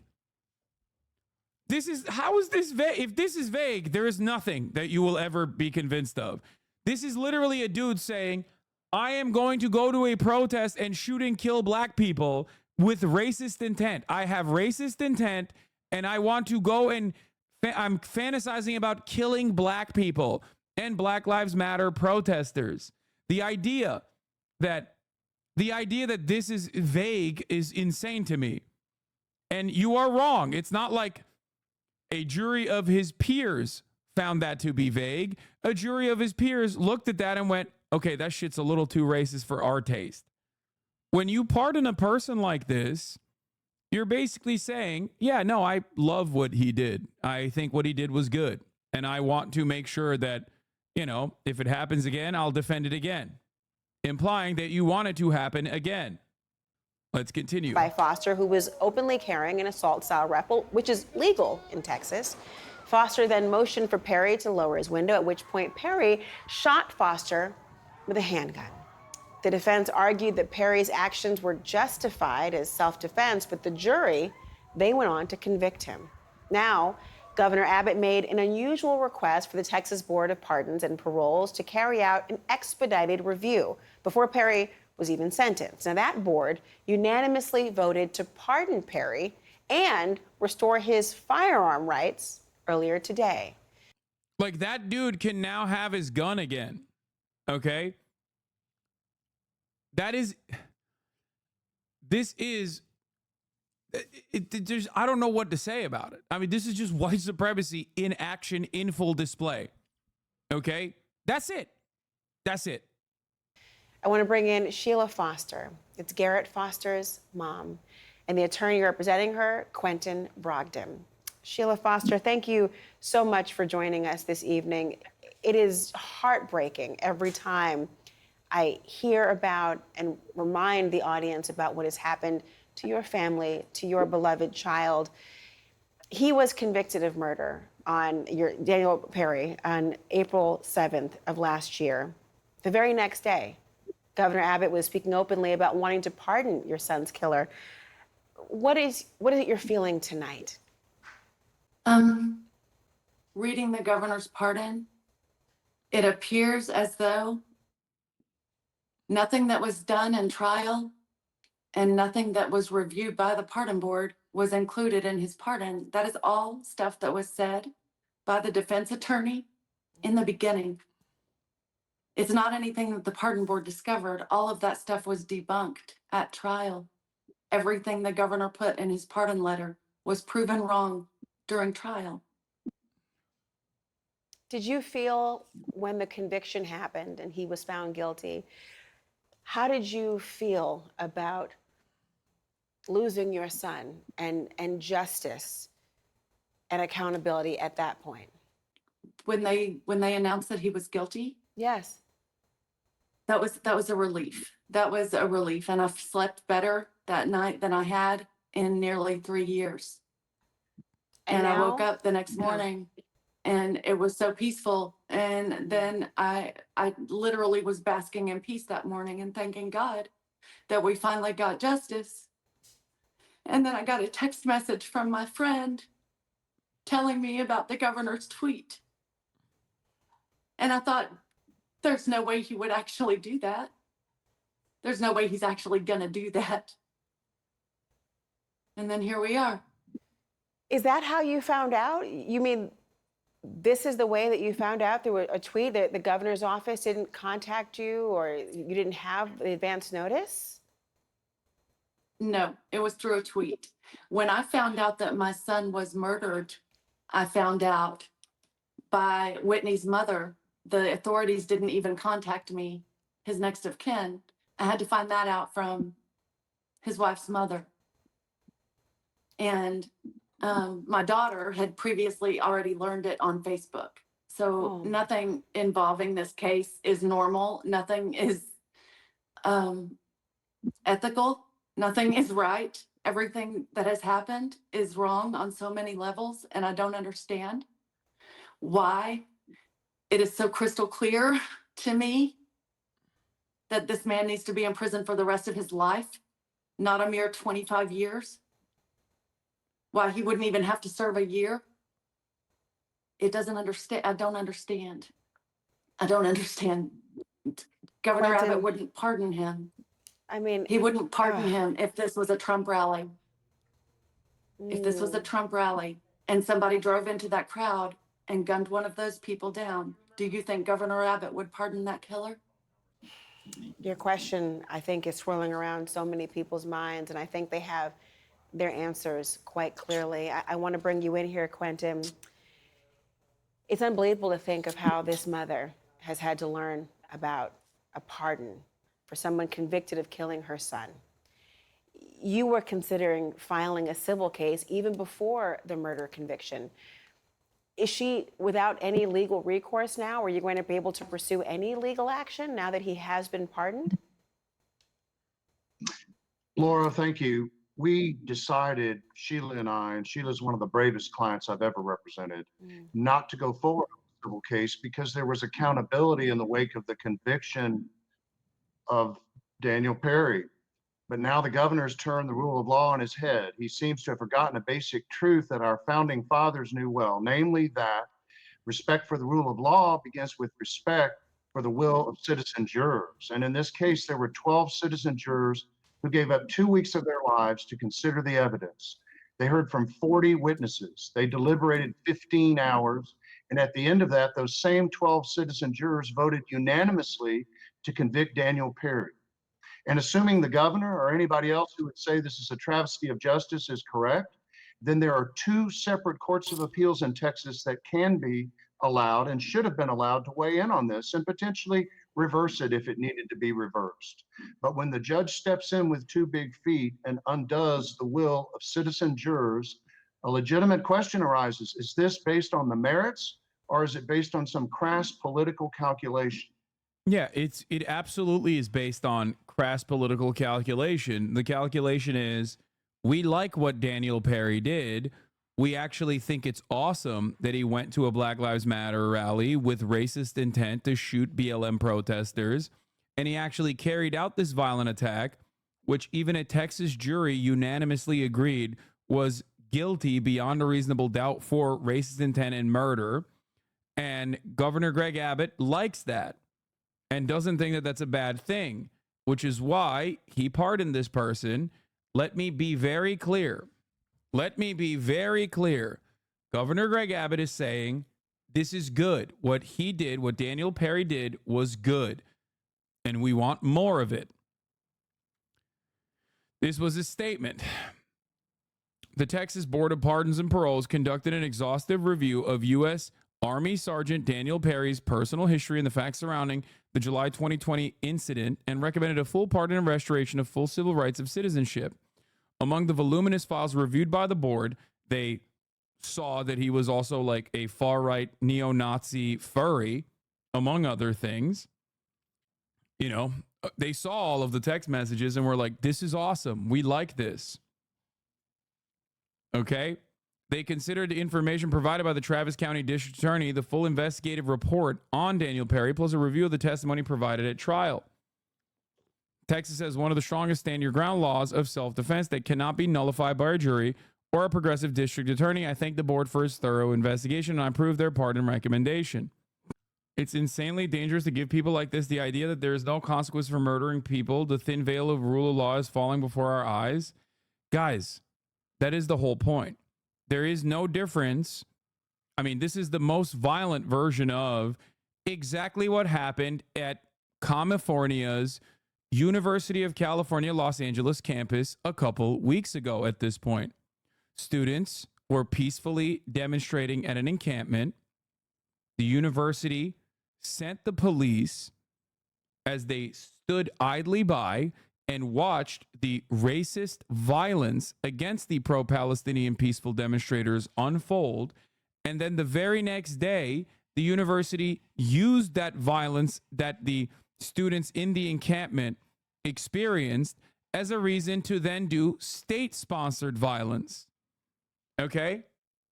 The goal there was to show everyone and anyone, if there is a violent lynch mob, then that's great. We will literally conduct and commit the very same desires of said violent lynch mob. This is not new in American history. Okay? This is not new at all in American history. This is exactly the same shit that happened. This is exactly the same shit that happened time and time again in American history, both in contemporary U.S. history and also American history as a whole. What is state-sponsored violence you're referring to? Breaking up the encampment? Yes. Sending the police to violently apprehend and beat the shit out of the student protesters for peacefully demonstrating their First Amendment rights. This is fascism, by the way. This is white supremacy and it's fascism, straight up. Make no mistake. and it happens in many different ways, but this is one of the most glaringly obvious instances of American fascism and American white supremacy. That's it. The conservative cheering this don't know what dangerous game they're playing. No, they're cheering this because they know exactly what the dangerous game is. Because if someone tried to do a stand your ground around Daniel Perry, they would go to jail. They would get the death penalty, maybe. They know that. This is the dynamic. Okay? This is why I always say you have to be very careful with the way you conduct yourself if you are on the left, if you're on a progressive side, if you're against the government in a meaningful way and not in like an edgy teenager kind of way where they're like, you know, you're a progressive, you're woke. Of course, the government will never come after you because you're progressive and woke, and so is the government. This happened in the South during racist lynch mobs in general as well.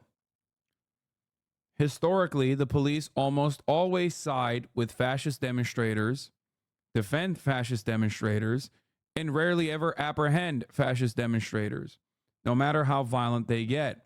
If you defend yourself against fascist demonstrators, and if you recall, this did happen under the Trump administration, just like this incident as well, Trump will send the marshals after you and execute you point blank and then flex on your dead body. This literally happened. The reversal of this already occurred. Okay? In Portland, where an anti-fascist who also had a weapon, okay, shot and killed a Patriot Prayer Nazi. Okay? After that Patriot Prayer Nazi went over, Michael Rennell was his name, yes.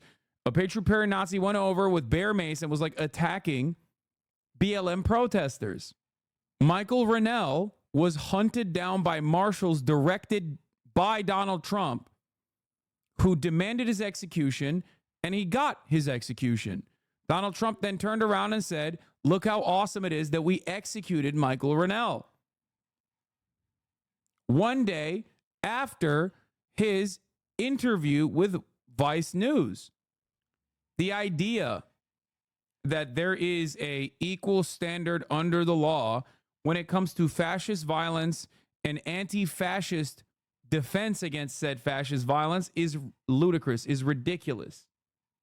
Okay?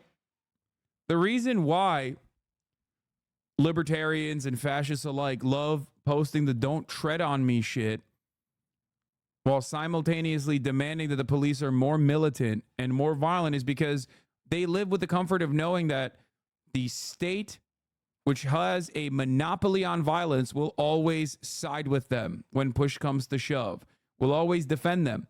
That's precisely why January 6th was a unique moment. Not January 6th's immediate aftermath, of course, because the police didn't do shit on January 6th for the most part, with the exception of shooting and killing Ashley Babbitt, which I am still very critical of for the record. But they literally were shocked that there were any apprehensions after the fact, any investigations conducted after the fact, because they operated with the understanding that, like, what do you mean? This is my shit. Like, you're supposed to straight up be on my side. You're supposed to look the other way when I do violence, and you're supposed to defend me and join hands, as a matter of fact, when I do the violence. Daniel Perry bragged about killing a homeless man by accident. A review of Daniel Perry's cell phone extraction revealed native messages exchanged between Daniel Perry and a phone number saved in the device as Justin Smith on or about March 30th. Outgoing message: I killed a homeless man by accident. Outgoing message: the police already know and they let me go. Justin Smith: huh. Here's another outgoing message: am I racist for thinking the way Black Lives Matter movement is like a bunch of monkeys flinging shit at a zoo due to the fact that they demand white people give their houses to a poor black family and the way their protests always seem to turn violent? Outgoing message: for example, my parents own a 4-bedroom house and the BLM movement believe that my parents should give their house to a poor black family and pretty much live in a 1-bedroom house that they should buy with money they don't have. Once again, pure fantasy. But he believes it to be true. Here's Daniel Perry messaging someone named Rainbow about sleeping over together. Rainbow says they will get their driver's license on August 8th. Outgoing message, we can do that. How soon can you get ready? Rainbow says, like 15 minutes. I am on my way. Outgoing message, I am here. It should be noted that the review of Daniel Perry's cell phone extraction revealed messages between WhatsApp account Perry Daniel owner and WhatsApp account Rainbow on or about July 24th, 2020. On July 24th, 2020, an incoming message from Rainbow says, August 8th, I get my driver's license. There's an outgoing message back from Perry who says, cool. Some of the highlights. I'm trying to imagine the reaction from the right, and to be honest, from the media too. If a Democratic governor just pardoned a man found guilty of murder who had posted on social media, too bad we can't get paid for hunting Jews in Europe. Perry posted the above, but for Muslims. The New York Times also did an analysis, by the way, of how a U.S. task force killed an Antifa activist. That is what happens at this country. This is something to always pay attention to. Donald Trump, remember, for Mike Rennell, cheered his killing as retribution. Governor Greg Abbott, by the way, literally, again, the guy that he personally pardoned, okay, faces the question of whether to sign the pardon of a man who texted a 16-year-old, I am going to bed, come up with a reason why I should be your boyfriend before I wake up, to a 16-year-old. He was routinely texting explicitly with 16-year-olds. He hit the full Monty. Someday you only see. Anyway, here, I want to show you guys like this. The beginning of a war. This is Mike Rennell giving an interview before he gets killed by U.S. Marshals. I got to go pee real quick. Was a huge scoop, an exclusive interview with the Antifa activist wanted for shooting a pro-Trump supporter in Portland 6 days ago. But just hours after the promo aired, Michael Reinhold was killed in a shootout with U.S. Marshals. They doing CPR on him. We're now learning new details of the heart-stopping drama and how Marshals tracked him down. Reinhold has been on the run for shooting right-winger Aaron J. Danielson. He claims in self-defense. They're trying to make me look like a murderer. He was identified by the black fist tattoo on the side of his neck. His whereabouts were a mystery until he gave an interview to Vice News. You feel that it was totally justified? Totally justified. Had I not acted, I am confident that my friend and I'm sure I would have been killed. Former U.S. Marshal John Muffler. If you're using cell phones and laptops, anything with an electronic signature, it can be tracked. I would say that the interview he did could have been a potential lead. Here's the timeline. 2 p.m. West Coast time. Vice News reveals that they have scored the interview with Reinhold. Freelance journalist Donovan Farley posts, I've been working nonstop for the past few days. I hope you'll check it out. 7:30 p.m. Reinhold leaves an apartment building in Lacey, Washington, where he had been hiding out, 120 miles north of Portland.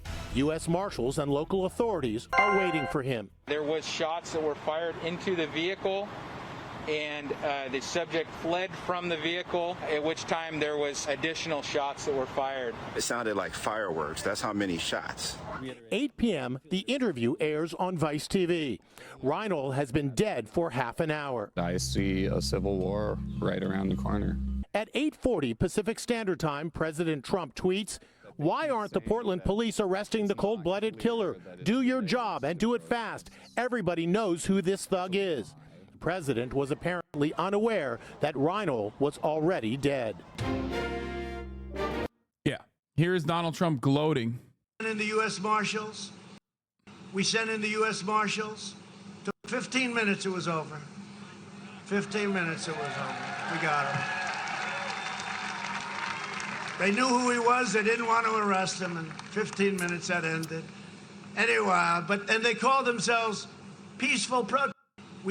Yep. So just remember that.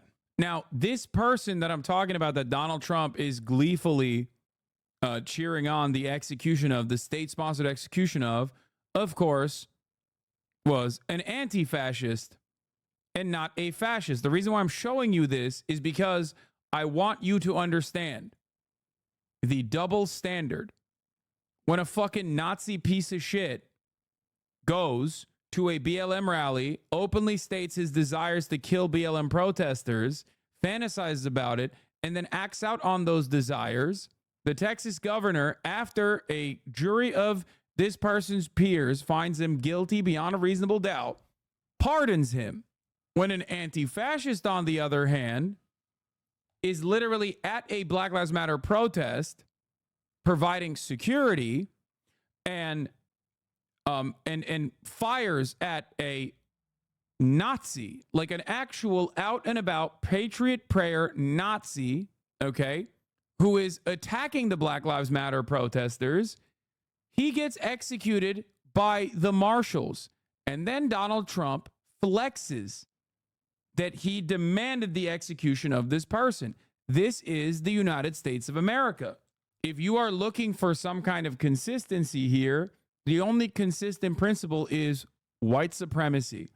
The problem is, at least for a brief period of time, America tried to act like there was equal treatment under the law for anyone and everyone that violates the law, right?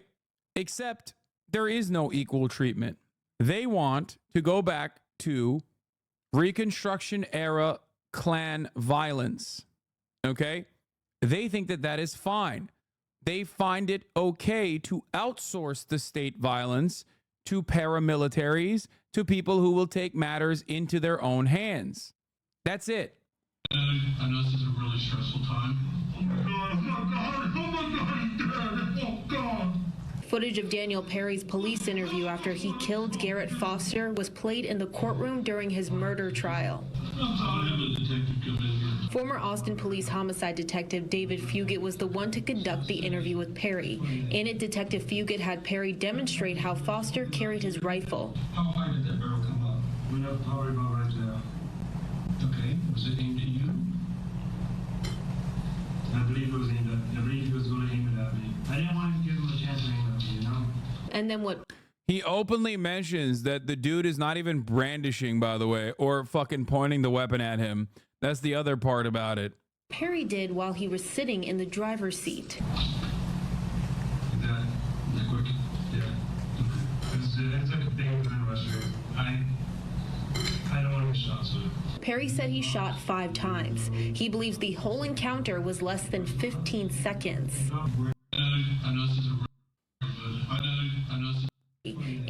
Saying he doesn't want to give him the chance. The dude he shot, by the way,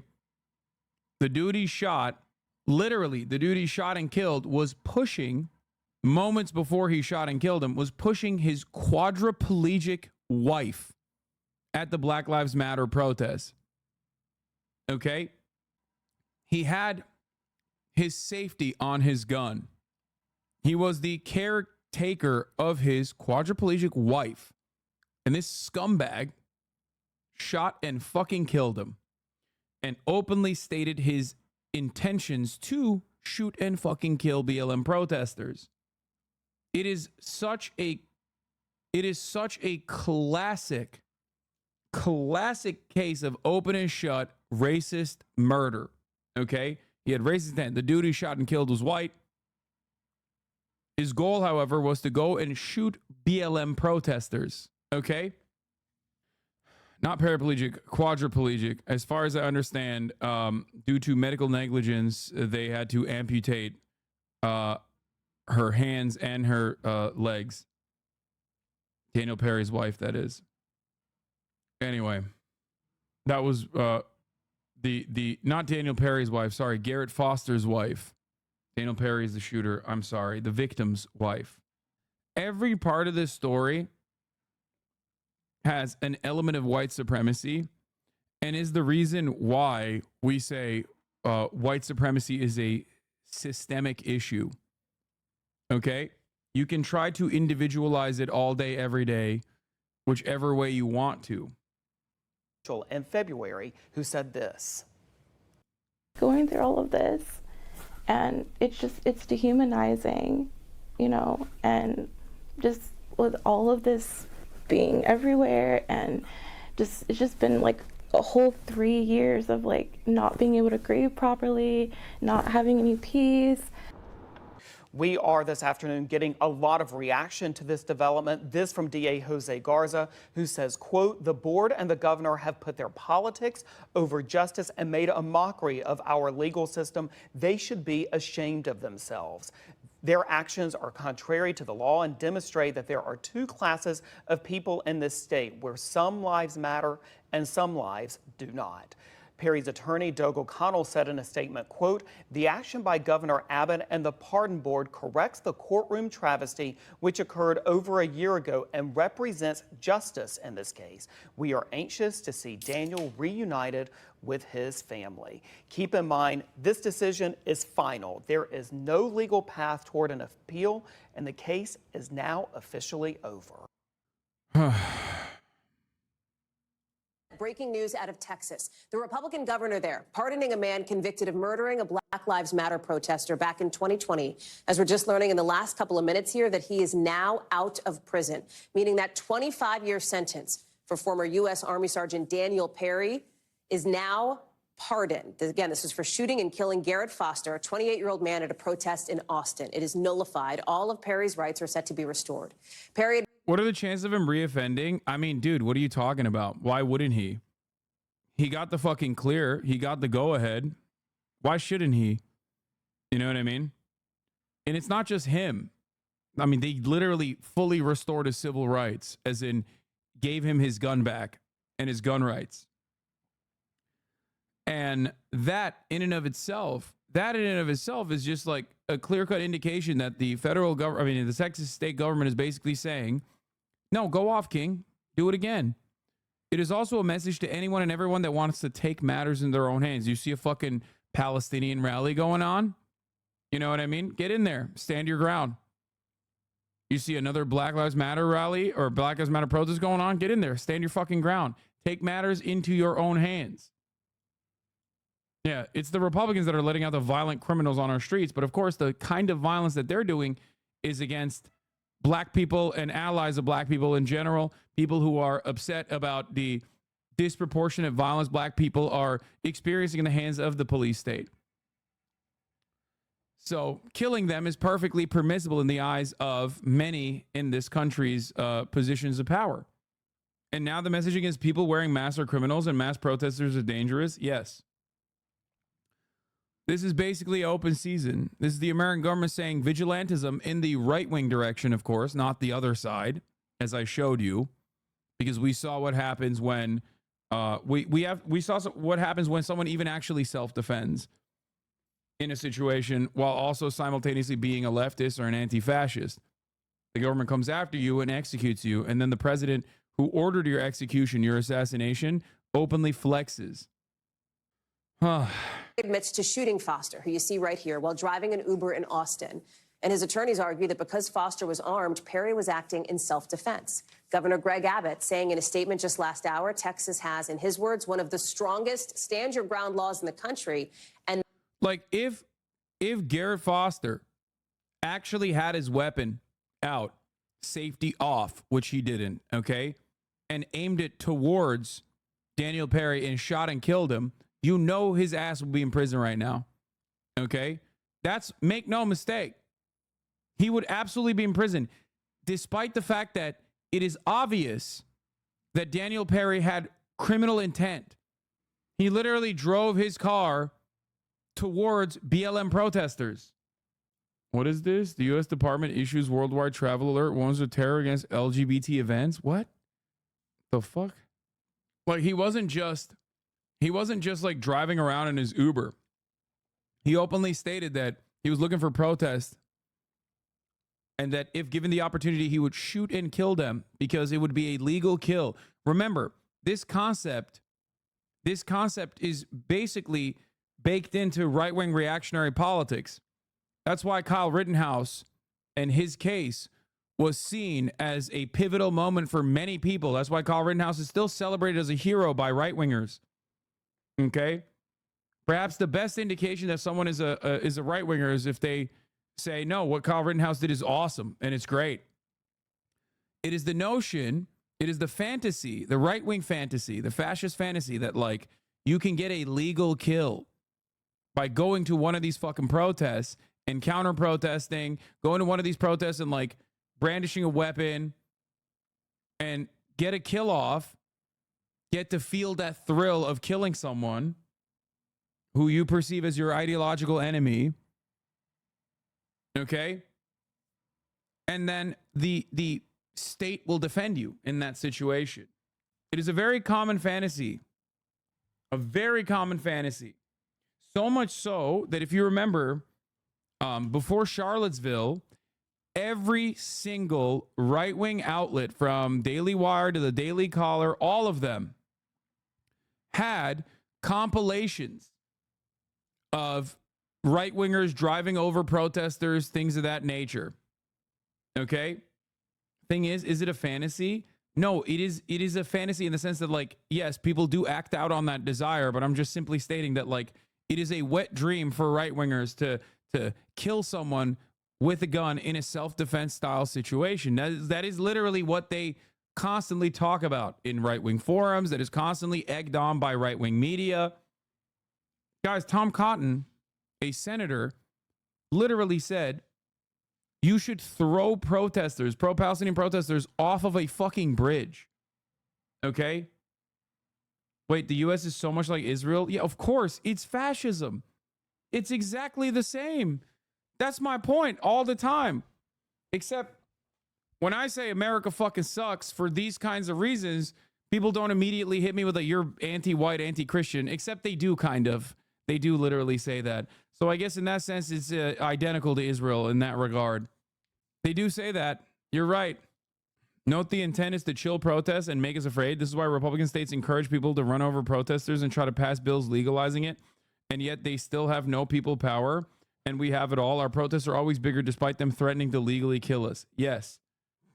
What do? I mean, it's simple. You keep protesting. There's nothing else you can do. Doesn't self-defense work here, though? No. You are engaging in an offensive act. You are putting yourself, you are driving in a car to go to a Black Lives Matter rally with the specific intent of shooting and then running over BLM protesters. You have stated this intent in text messages. There's a difference between you being at a Black Lives Matter rally as a BLM demonstrator who is armed, okay, which is legal in the state of Texas. I don't think it's a good idea to bring guns to a protest. I've talked about this even during this conversation, but in general, if he had a gun, he most likely still would have been shot. If he didn't have a gun, he most likely still would have been shot. It doesn't matter. This guy wanted to kill anyone that was at the BLM rally, at the BLM protest. Okay? And it's not even a thing that is controversial for me to talk about, because like a criminal justice system that is oftentimes openly white supremacist still found this man guilty in the fucking state of Texas too. How do you know his intent? It's not like he wrote it out or anything. He did. Just like your intent is probably to bait me at the top of the hour and try to get a 3-minute ad break serving, but it's failing right now. You're failing to do so. Because at the top of the hour, I'm going to use your bait to counter protest against you. It was a joke, and I wasn't trying to bait you, but I'll do it. Smile. Yeah, you were probably being sarcastic, but it doesn't matter. I still used it against you.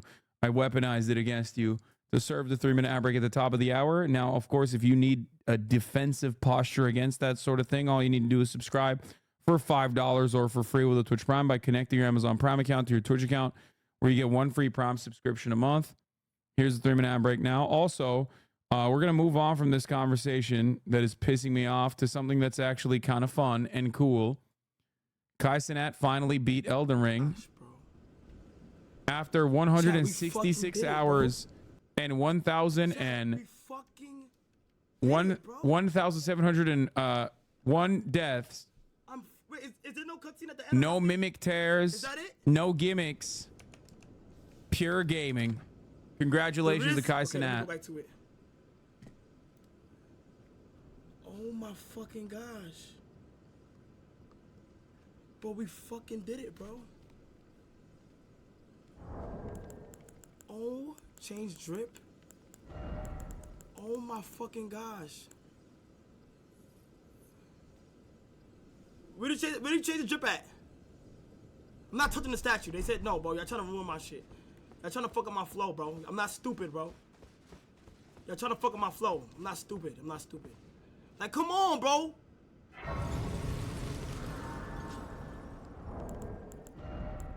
I got it already? I got the equipment or no?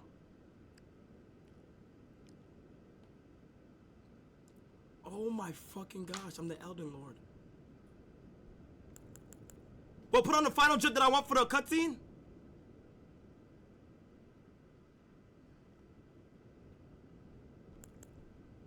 He maintained 100K viewers for the most part over the course of how many days now? Where we started at, bro. Over the course of 166 hours. Let's finish how we came in. Let's finish how we came in, bro. 7 fucking days, 6 Let's finish days. how we That's came in, crazy. 1,701 deaths? No, I beat it with way less deaths. But to be fair, I did mimic tear. Died 123 times, bro. I didn't give up, bro. At the pivotal moment, defeating Mikola, I think he had like around 250K. I didn't give up, bro. Sonny, what I do now? Oh, mimic tier. Sorry, not tear. Whatever. Statue. Yeah. I saw in the morning he had 40K people watching him sleep. Oh my God, we actually did this shit. For Melania, he had 300K. We actually did this shit, bro. But we actually I do want to do another run, but like I don't know how to fucking follow this up. You know what I mean? Ronnie was the girl. We did this shit, bro. Before the DLC, I was planning on playing it as well, but the thing is, it's just like we did this shit, bro. We did this shit, bro. Oh my gosh. you paid $10 per death and died so little you felt bad and donated extra for Ukrainian charities. Yeah. 6 hours of my life, bro. J Will 0921, thank you for the 10 community gift subs. Every bro.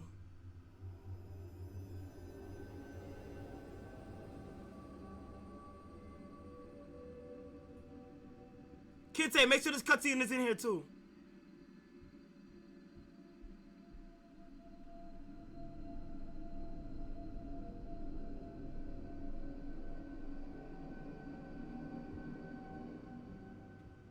Oh my! I mean, God, good for him, but also, why are people freaking out over this? People have beaten the game on fucking dance pads. Yes, bro, because he's like a normie who doesn't do shit like that. Okay? And also because he's insanely popular. Hello, welcome to twitch.tv. Yes, your favorite speedrun player defeating Elden Ring, unfortunately, is not going to get a fraction of the attention that the most famous Twitch streamer playing fucking Elden Ring for for 167 hours without stopping is going to be, of course, infinitely more popular. That's just how it works. It's also his first Soulsborne game. He did it with a lot of pizzazz, you know what I mean? He doesn't take half measures. Like, he does this shit pretty crazy. Yeah, he had Bandai Namco tweeting at him, bro. Blowing bubbles on it. Brother, he has 200,000 people watching him in the fucking cutscene. Like, what do you mean blowing bubbles on it? I'm just explaining to you how things work. If I played Elden Ring tomorrow, okay, here, I'll give you an example. Ludwig did this exact same thing in co-op. Okay? Ludwig was like, I'm not stopping until I finish Elden Ring co-op with Squeaks. How many people do you think watch that? And Ludwig is a relatively popular content creator. Did not give up.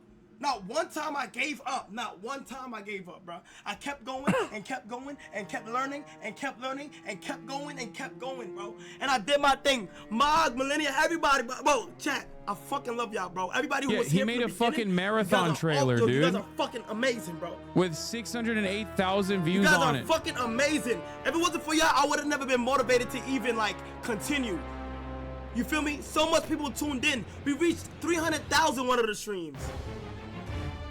crazy, bro. Fucking crazy, bro. We did it, bro.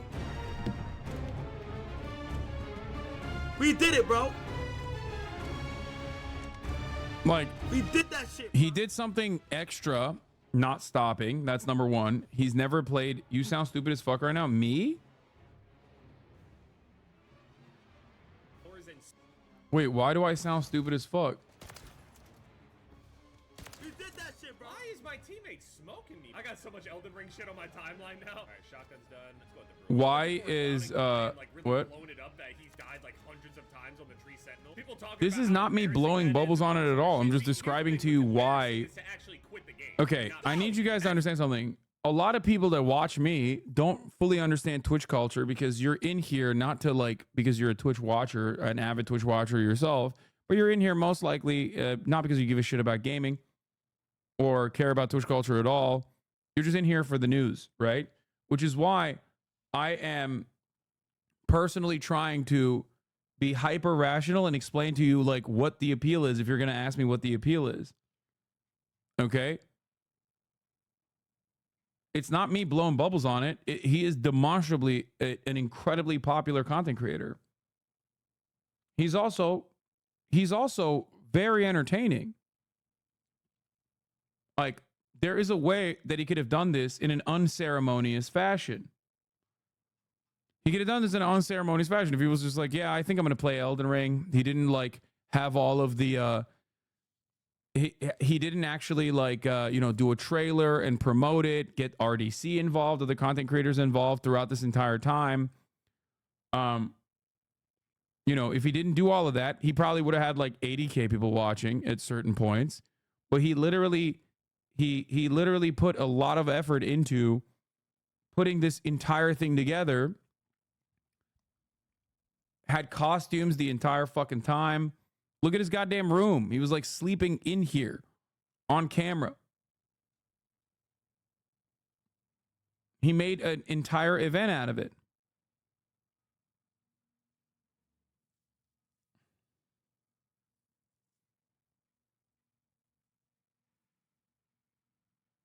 This is precisely the reason why so many people watch, because he's very entertaining.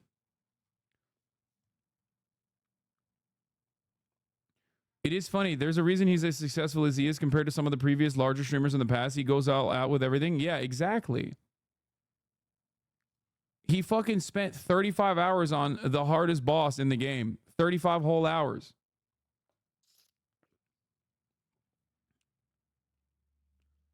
It might not be entertaining for you.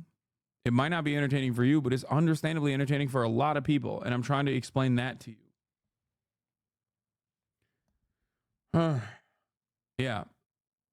His clips also rack up 700K minimum likes on TikTok. Bro's an entertainer. Exactly.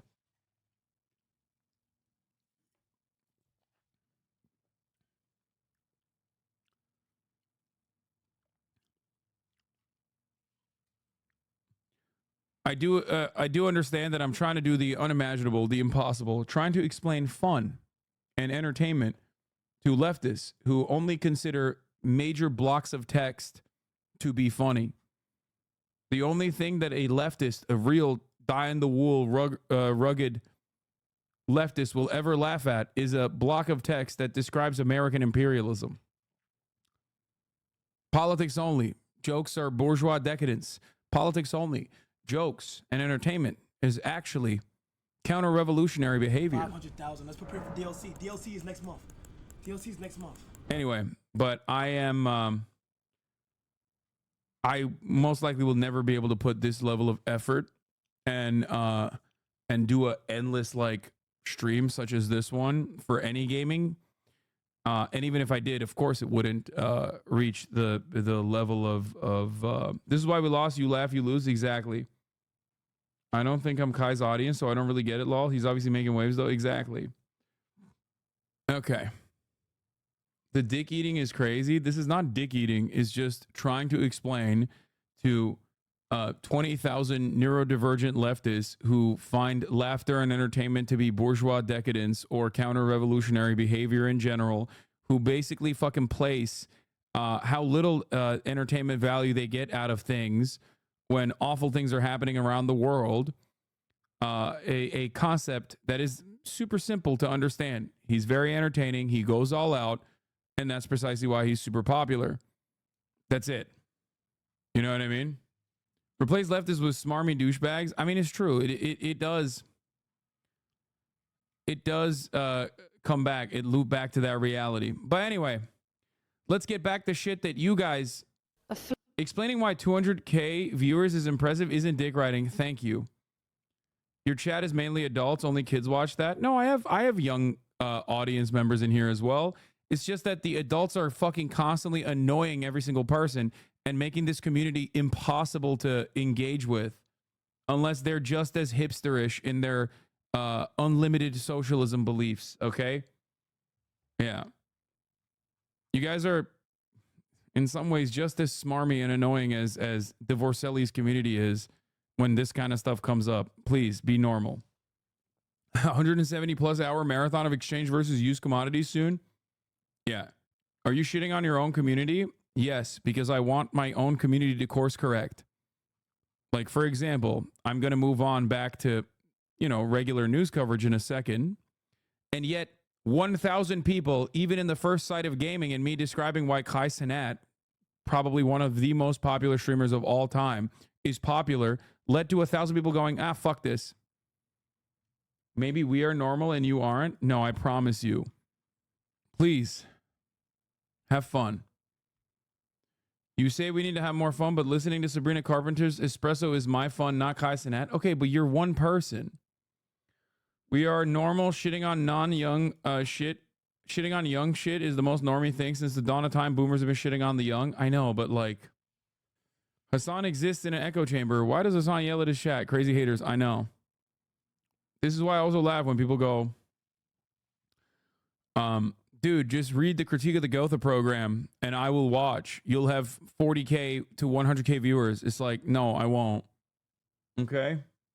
Having fun should be, and being entertaining and being entertained in general should be a fundamental part of the way you present yourself to the outside world as a socialist. Doing the exact opposite of such is actually bad because most normal people don't think about things clearly and don't think about things thoroughly and simply look at whether something makes them feel good or not. And when you're constantly smarmy and annoying, okay, and woke scoldy, it might hit real well in a Splinter Discord server that you operate. But unfortunately, in the real world, when you're trying to have a conversation with normal people, it's not going to play well. People are going to look at you and go, you're kind of weird. I love you all, and I want you to fake being entertained by things such as this so that you can be normal to the outside world. Okay? Now let's get back to, no, I will not be fake, sorry. Okay, be an unlikable person then. Most people know this. It's just a few neurodivergent people who don't know why it's fun. Yeah. To experience joy is the rebel against the anguish of life. People should seek joy. Thank you. Anyway. Brother, you're insisting that the equivalent of junk food is legit and we should appreciate it because it makes big waves. We just don't like the vibe is all. No, you're failing. Your inability to understand the broader point that I'm trying to make is, of course, sad, but also expected. Okay, that's it. God, this is precisely what I was talking about when I said, like, this community is basically fucking so unimaginably anti-normie. It hurts my brain a little bit. And I don't know how to, like, beat it into your minds. You have to be a little bit more normal, please. Please. I'm 35, bro. I'm not going to be entertained by Kai yelling, beating Elden Ring, but I'm not going to feign ignorance why some of the biggest demographics on the site will like it. Like some of these chatters can't seem to grasp. Yes. Like, this community oftentimes says they hate debate perverts, and then every fucking 30+ month subscriber literally writes entire Reddit dissertations about why they find Kai's Elden Ring run to be abhorrent and junk food, and that they will not enjoy it, as though it's some brave proclamation. Okay? Every streamer gets the chat he deserves. Yeah, you're right. I think it's a delicate balance. And for me, it's like if I clap everyone for microaggressions, okay, which many normal people have, this is the community that I am left with. That's what it is. That's what I'm beginning to realize, is that like every single person that I ban for any kind of aggression towards marginalized communities, and there's plenty of them, right? Someone can be super progressive on every other issue with the exception of like one singular marginalized community that they don't fully comprehend, and I fucking ban them. This is what I'm left with. A bunch of fucking smarmy, woke scold leftists. Anyway. This dude he did go ban crazy last year, to be fair. Yeah. Anyway. Let's get back to the Israel-Hamas war. First Gaza aid shipment arrives from the U.S. pier. Floating lifeline, this makeshift US-built pier brought its first shipments of aid into Gaza this morning just after 9 a.m. A precise, if imperfect, artery, much slower than land deliveries. It's allowed offshore cargo ships to deliver supplies in by sea. Waiting for them, empty trucks, the smoke erupting behind them, a reminder of the dangers onshore. 640,000 people have now left the southern city of Rafah, where more than 1 million Gazans had fled. Its tent city, once declared safe, is anything but. It's the beaches of Dar al-Bala further north that are now crowded with its makeshift homes and a population lacking in food, water and basic medical care. Woke scold is just the new SJW. Can we stop saying that? Like it means anything other than not racist. Why I left the left, Hank Pecker. Yeah, no, I will continue saying it because it is exactly what it is. Here, take an hour off, okay? The temporary furnishings of life on the move strapped to cars and donkeys. The journey north is one made in hope of safety, but it's a tired hope for so many like Ibrahim, whose family has done this 5 times. Exhausted, he's decided to return to what's left of their home. God willing, I can repair this hole so the children don't fall out. They did not say that this area was safe, but we returned because we had no place to go. The World Food Programme is warning further escalation in Rafah could bring aid to a standstill, and all G7 nations bar the US have called for Israel to reopen the border crossing there to let aid in. We've not been able to access our warehouse in Rafah for more than a week. We have very little food and fuel coming through the border crossings in the south, and we are always trying hard, but failing currently to bring in consistent volumes of food. Today, Israel responded to... You have to remember something very important here, by the way. The reason as to why this pier had to even be built, which is ridiculous, is because Israel has unjustifiably shut off humanitarian aid from entering the Gaza Strip through the normal crossings. Israel is continuing to control what level of aid gets into the Gaza Strip, oftentimes using ridiculous reasons to stop the food trucks. It's not like there aren't a shit ton of food waiting on the other side of the border wall. There is. The United States of America and Israel. The United States of America is not pressuring Israel hard enough to allow said aid to enter the Gaza Strip. Why would this pier be any different? It won't be, especially because the pier is simply a symbolic reason. The reason why the pier was built is purely symbolic. It's for America to say we're trying our very best. Except if you were trying your very best, you would be like, no more fucking aid goes into Israel, and we will put sanctions on Israel if you don't fucking open up the crossings and stop bombing Gaza while you're at it. That's what you would normally do. The pier is just simply to say, oh, our hands are tied, but, we had to do something. Ironic considering that the pier was, according to Benjamin Netanyahu, I don't know if we believe it or not, it was actually his suggestion. The pier is sus as hell. It seems like an attempt by the U.S. to make Gaza dependent on its own NGOs rather than UNRWA and the normal Rafah crossing. There were leaks that Netanyahu wanted this pier too. Yeah. Netanyahu's own cabinet members actually, or Netanyahu's own people leaked to Israeli publications that they wanted the pier originally. The pier is also needed for reasons such as this. Another night, another aid truck was set on fire by a group of settlers. This time, not only the driver was attacked and injured, but 3 soldiers were attacked by the settlers and sent wounded to the hospital. While the right celebrates the burning of food and the starvation of people, all of us in Israel and in the world see the real battle that is taking place in our society. Fascism must not be allowed to win. That is Alon Lee Green of Omdim Be'achad, also known as Standing Together. He's the co-director, I believe, of Standing Together. Anyway, the point is, the Israeli government can put a stop to this as well. They could prosecute the criminal settler terrorists, except they don't. They literally sit there and let it happen.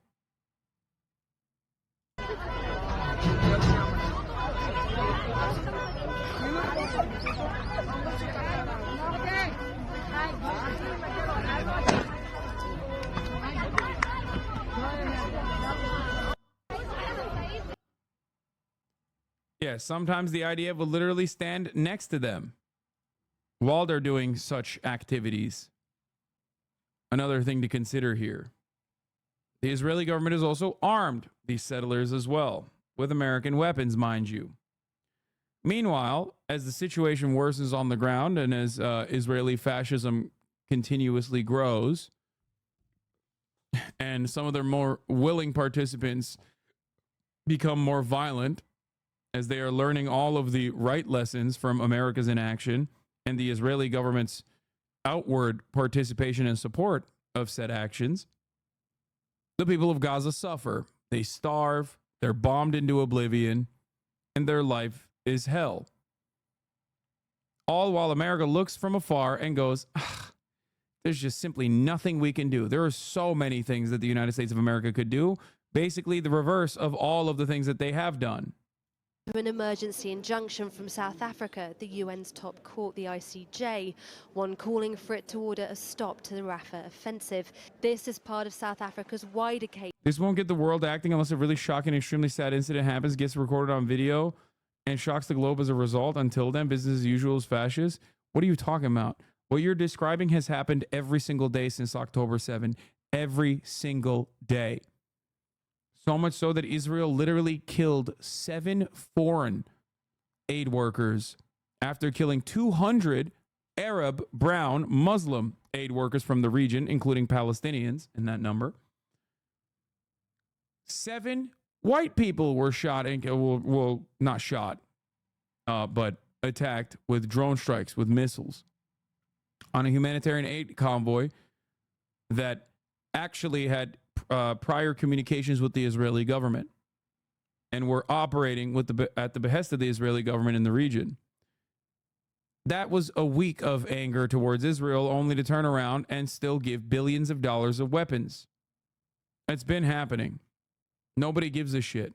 Or rather, the people that do give a shit are getting violently suppressed in the Western world. The American government and Western governments have taken more severe action against their own citizens protesting against the violence that you are seeing unfold in front of our very eyes than the actual people perpetrating the violence. The American government, for a brief moment, said we're going to sanction 6 fucking settlers, and then immediately ran it back. They said they might actually, sanction 1 IDF brigade that had done a litany of war crimes, and then they dialed it back immediately. The American government said, oh, yeah, well, 1 arms shipment with 3,500 munitions won't be shipped to Israel. And then a week later, $1 billion of aid is slated to continue to go and be shipped into Israel. Prage, this might get these genocidal freaks to feel something. Oh, FIFA will hold an urgent meeting to decide if Israel should be expelled from world football. I mean, yeah. I feel like America's going to fucking target FIFA next. FIFA is a notoriously corrupt institution.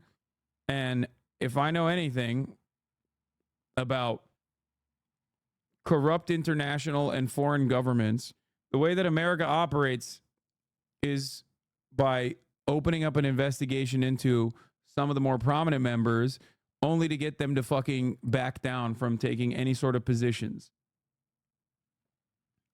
So I just want you to understand that. This is exactly what happens with Erdogan all the time. Erdogan makes like Erdogan will make like a ridiculous claim that is like completely out of pocket, even if it is like perfectly valid for him to say such things. And then America will turn around and be like, okay, we're launching an investigation into your family's misdealings, financial misdealings. And the next day, Erdogan will back down. Erdogan will be like, we're not letting fucking anybody into NATO. And America will be like, oh, yeah? Okay, let's take a look into your banks. Manhattan Southern District Attorney will open up one investigation into the financial misdealings of one Turkish bank out of many that Erdogan has dealings with. And then immediately the next day he'll be like, never mind, I actually just lied about my previous thing that I said. I'm so sorry about the whole NATO situation.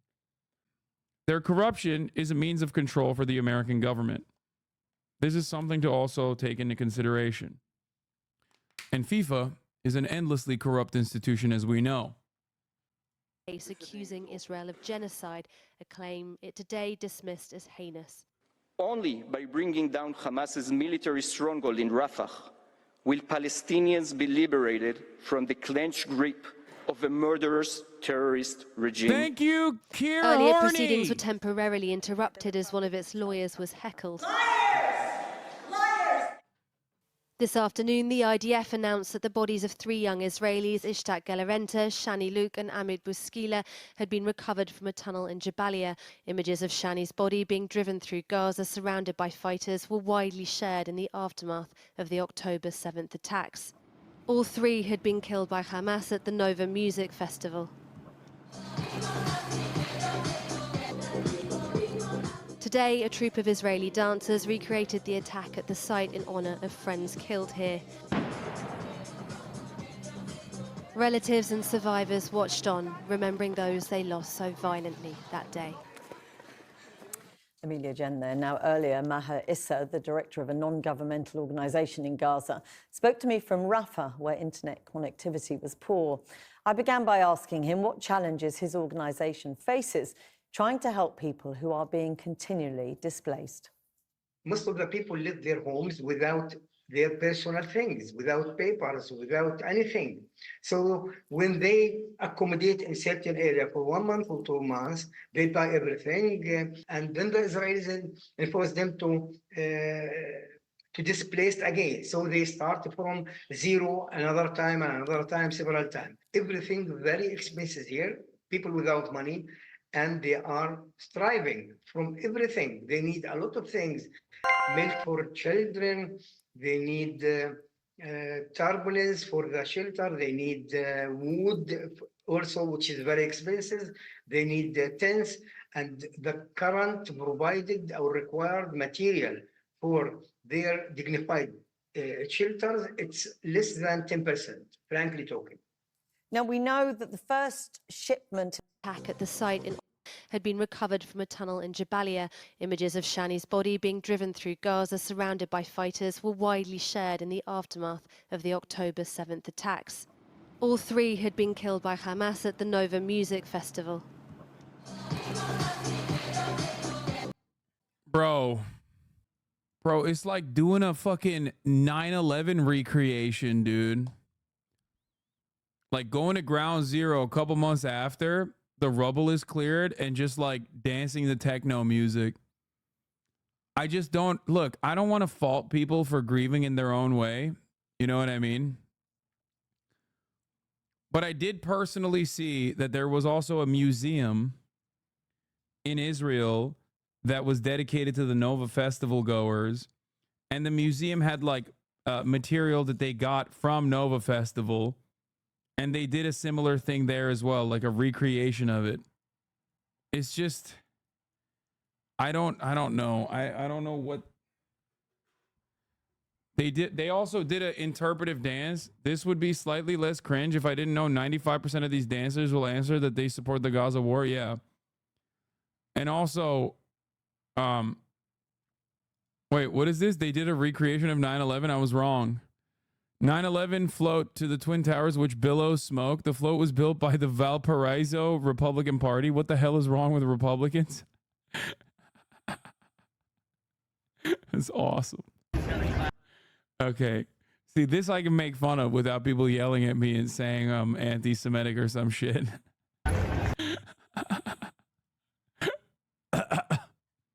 This is beyond my wildest imaginations, dude. I would not even think of a thing such as this.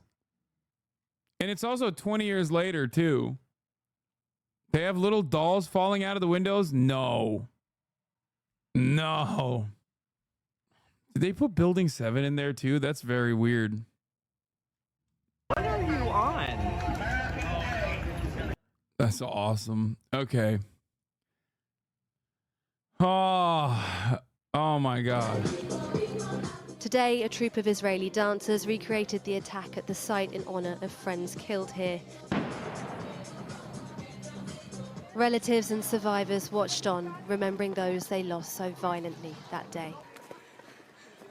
Amelia Jen there. Now, earlier, Maher Issa, the director of a non-governmental organisation in Gaza, spoke to me from Rafah, where internet connectivity was poor. I began by asking him what challenges his organisation faces trying...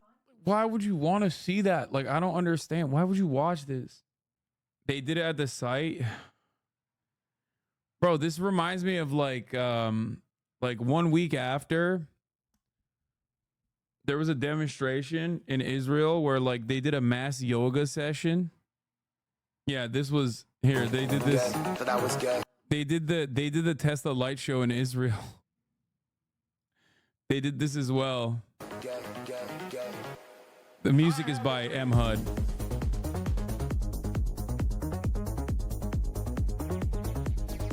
That I was gay.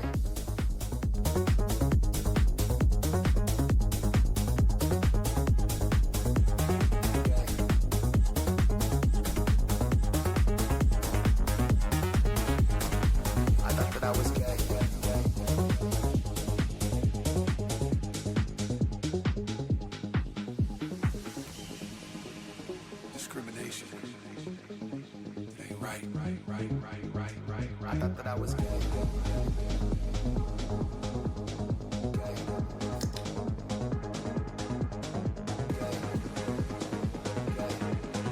That I was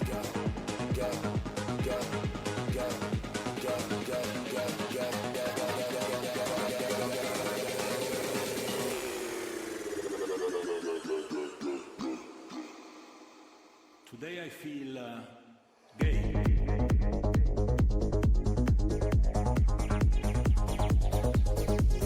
You are gay.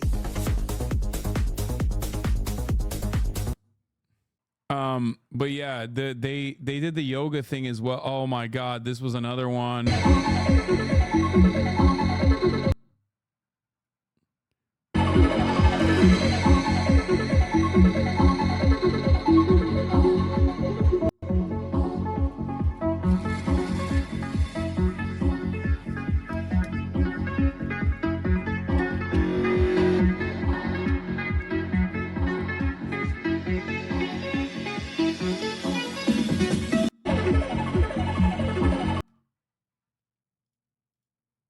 The yoga thing. Oh, here it is. This is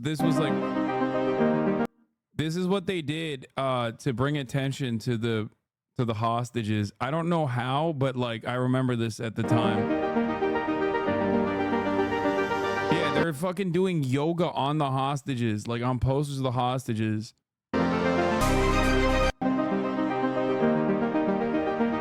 Like, this is a cause I'm in support of, especially in Israel. Like, these guys are doing this specifically to bring attention in Israel to the hostages in Israel so that the government will literally facilitate a ceasefire in Israel. And even then, it's like, why are you doing this?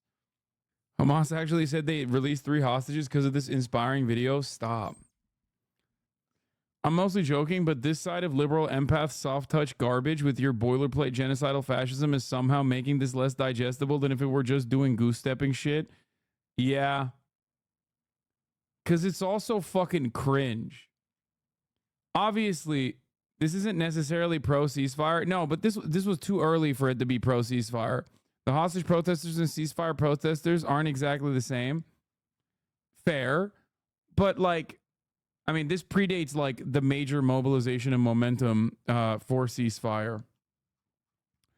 It predates that in general. There's a certain type of person this hits really hard. Like, thank God my mom is pro-Palestine, or should we eat this shit up? Wait, really? I don't know who this is for at all. Because I feel like even liberals would look at this situation and go, what the fuck are you guys doing? Like, on the aesthetics front, liberals care about civility. They care about aesthetics, right? And on the fucking aesthetics front, this shit is like a hyper-specific type of suburban yoga mom that will look at this and be like, wow, how wonderful that they're doing this. Most people are going to look at this and be like, what the fuck are you guys doing? It's weird. Like, there are a shit ton of causes that I care about, you know? Palestinian emancipation, ending homelessness, Medicare for all. You know what I mean? Just a whole bunch of causes. If you catch me doing yoga poses for Medicare for all, let me tell you something, okay? Imagine me out there doing yoga with like a photo of a patient that desperately needs insulin but died because he couldn't get it because he couldn't pay for it or some shit. And I'm just doing yoga on his photo. Like, what the fuck? What the absolute fuck, dude? It'd be ridiculous. Everyone be like, look at how fucking lame you are. Lol. Now I don't want Medicare for all, actually. Didn't you smash a watermelon for abortion or something, though? Yeah, that was after. That was literally after we raised money. We had raised money, and one of the things that people demanded from me, the women and the gays in this audience demanded of me, was to smash a watermelon with my fucking legs. Also, that shit wasn't goofy. It was hot. I mean, you did a pole dancing course? Yeah, but that wasn't like for a particular cause. This would be you if you had the face of a child forced to be born on the watermelon. Yeah. Or I don't know, like if I put the face of a woman who died due to pregnancy complications, if I slapped a sticker of a face of a woman who like was a girl that was forced to give birth at the age of 14 or some shit and then died during pregnancy complications, you know? Yes, those are the victims' faces on the mask. They are the hostages. What? Okay, can you stop? No, don't fucking send me that shit, dude. It's gross for multiple reasons. Anyway, suburban white women who voted conservative until their sons came out and still describe themselves as socially liberal, fiscally conservative, eat that yoga protest type beat up in my personal experience. What is this? Hey, yo! We want to introduce you to the most amazing destinations in the world. Tel Aviv and Jerusalem. It's young, sunny, colorful, diverse, and above all, it's incredibly tasty. Tel Aviv beaches are the best. Tel Aviv and Jerusalem have the most amazing nightlife. It's so funny because like they put this up here. They put this woman with the multicolored hair, right? And then it's the same people that will literally make fun of people that look like this when they're like, aha, you support Palestinians? Well, guess what, sweetie? You are gay. Ha ha. It is so colorful and diverse. Unless you are Muslim or Palestinian, in which case, you know, you might be held up at checkpoints. But it's very colorful and diverse. Have the most amazing nightlife. Jerusalem, the heart of the world. A spiritual adventure with 3,000 years of amazing history. See you here soon. We love you. Tel Aviv, Jerusalem. Book your trip now. Anyway. You have to watch this, bruh. This is how they promoted Israel Eurovision. 12 points. Jerusalem, 12. Come to Tel Aviv with me, the parties will get ya. Jerusalem and all the food around ya. The beaches are so, the boys and girls so, and so much time to get their 10 desired baby. Ready? Yalla balagan. Come on, come on, come on. What are you waiting for? Like, this is from 5 years ago. Wait, what has this account been posting since then? Let your faith come alive in the land of Israel. Come to Israel and connect to yourself, your heritage, your future. It's from 11 days ago. אנחנו נמצאים עכשיו בתקופה מאוד מורכבת, אבל היהודים ואוהבי ישראל מחויבים היום להגיע ולבקר במדינת ישראל. זהו הזמן שכל אחד צריך לעשות את חשבון הנפש שלו. הייתי כאן בישראל, ביקרתי, התחברתי, זאת השאלה של אלה שנמצאים עכשיו. You're so washed up and out of touch, dude. I used to really like watching you, but you're so insufferable now and out of touch. It's pretty sad, actually. Is this guy trying to do a bait at like fucking... I just wanted to let you know that Bro, if they started giving houses to the homeless, I would just quit my job and get a free place to stay. I'm sure lots of others would do the same. You underestimate 4chan. He resigned from his position as a chatter.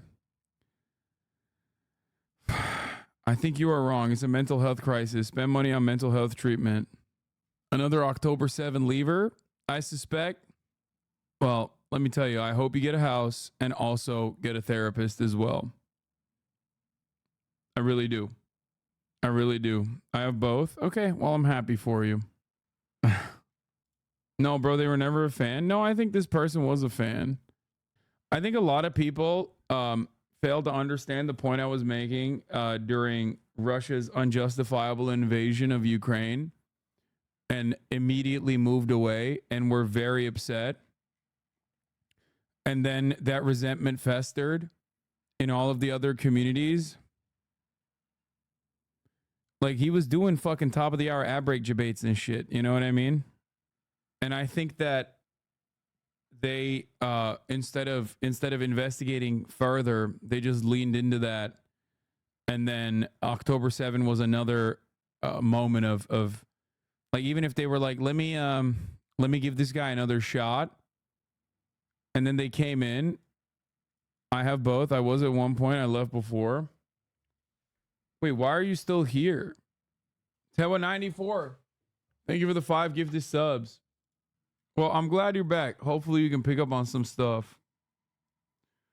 I love how you always have to say unjustifiable invasion of Ukraine and pre-defend against pushing the accusations. I know. Even though I've repeated myself a million times over, people just refuse to reckon with it. I used to be a fan and now I'm a hate watcher. There are a lot of people like that, though. There are. And they just like, they keep watching every day, but they just like fucking hate. And I don't understand how. I really want to know. Like, I genuinely try to understand it because, I mean, I guess I was watching, I just think you're in a deep echo chamber, brother. I was watching LSF clips and you're just so ... lost. Yeah, the Hasanabi hate complex is real. No, I get why there's a hate complex out there. It's a way to make money for a lot of people who are just like, who want to. You're like one of the biggest haters out there, dude. What? I mean, there are definitely things that I hate personally, but I assume that if you engaged in a little bit of examination, you would probably recognize that you probably hate those things as well. I left over Ukraine. I still hate your Ukraine takes, but I simply stopped watching when you talk about it because I think your Palestine and most other takes are great, and I support Palestine because it's right. I think pushing back on Z would be helpful more because so many Palestinians are pro-Z, but I still appreciate the pushback you give. Wait, so you do recognize that I do push back on people who are pushing Z? Wait, what the fuck? What do you want me to do? Just spend every day talking about how fucking Russia sucks? Like, what do you mean? I was watching LFS clips and you're just so lost. Pushing Z is, I agree with you on a lot of things, man, but I think you get way too stubborn on some shit and want some things go. Won't let some things go is what I assume you're trying to say. You're also personally talking about how you agree with another incredibly stubborn person. I assume you mean Divorcelli, which is pretty fucking hilarious, considering if you agree with me on a lot of things, but you hate how stubborn I am and how I won't let certain things go, it would be very odd for you to also simultaneously say you agree with that other person who is also incredibly fucking stubborn.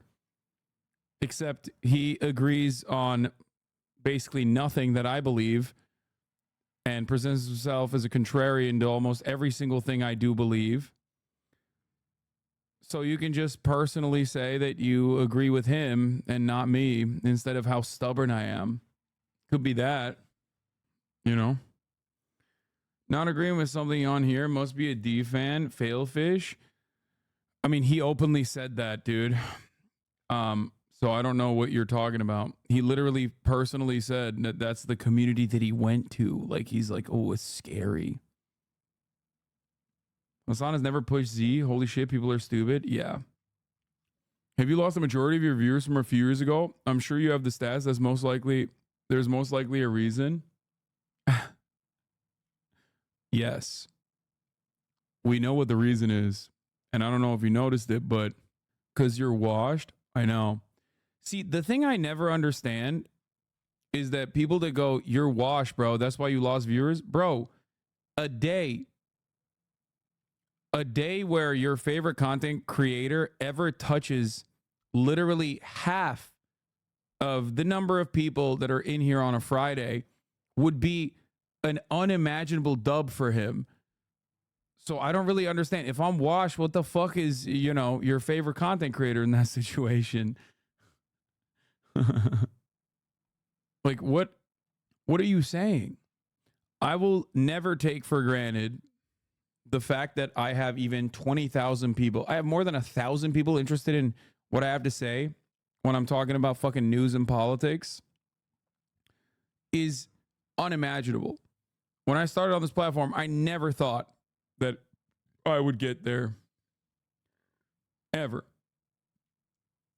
But yes, post October 7, a lot of people who had never really examined their own personal biases towards Israel left this community. We went from 30K average to 20K average. Alex Jones has lots of folks watching. Viewership means nothing. I agree, except you're the one who brought up viewership as an own, which is why I retorted the way I did. Why is it that so many obsessive former fans that go to another community always engage in like really bad argumentation?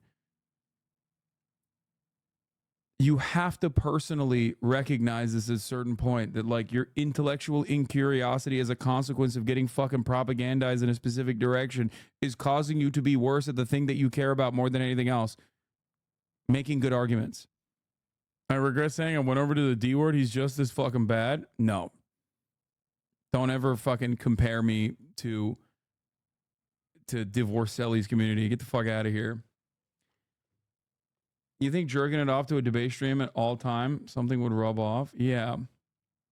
I am vehemently anti-genocide. Question for us on. Before October 7, were there people who left after the Ukraine war began? Correct? Yes.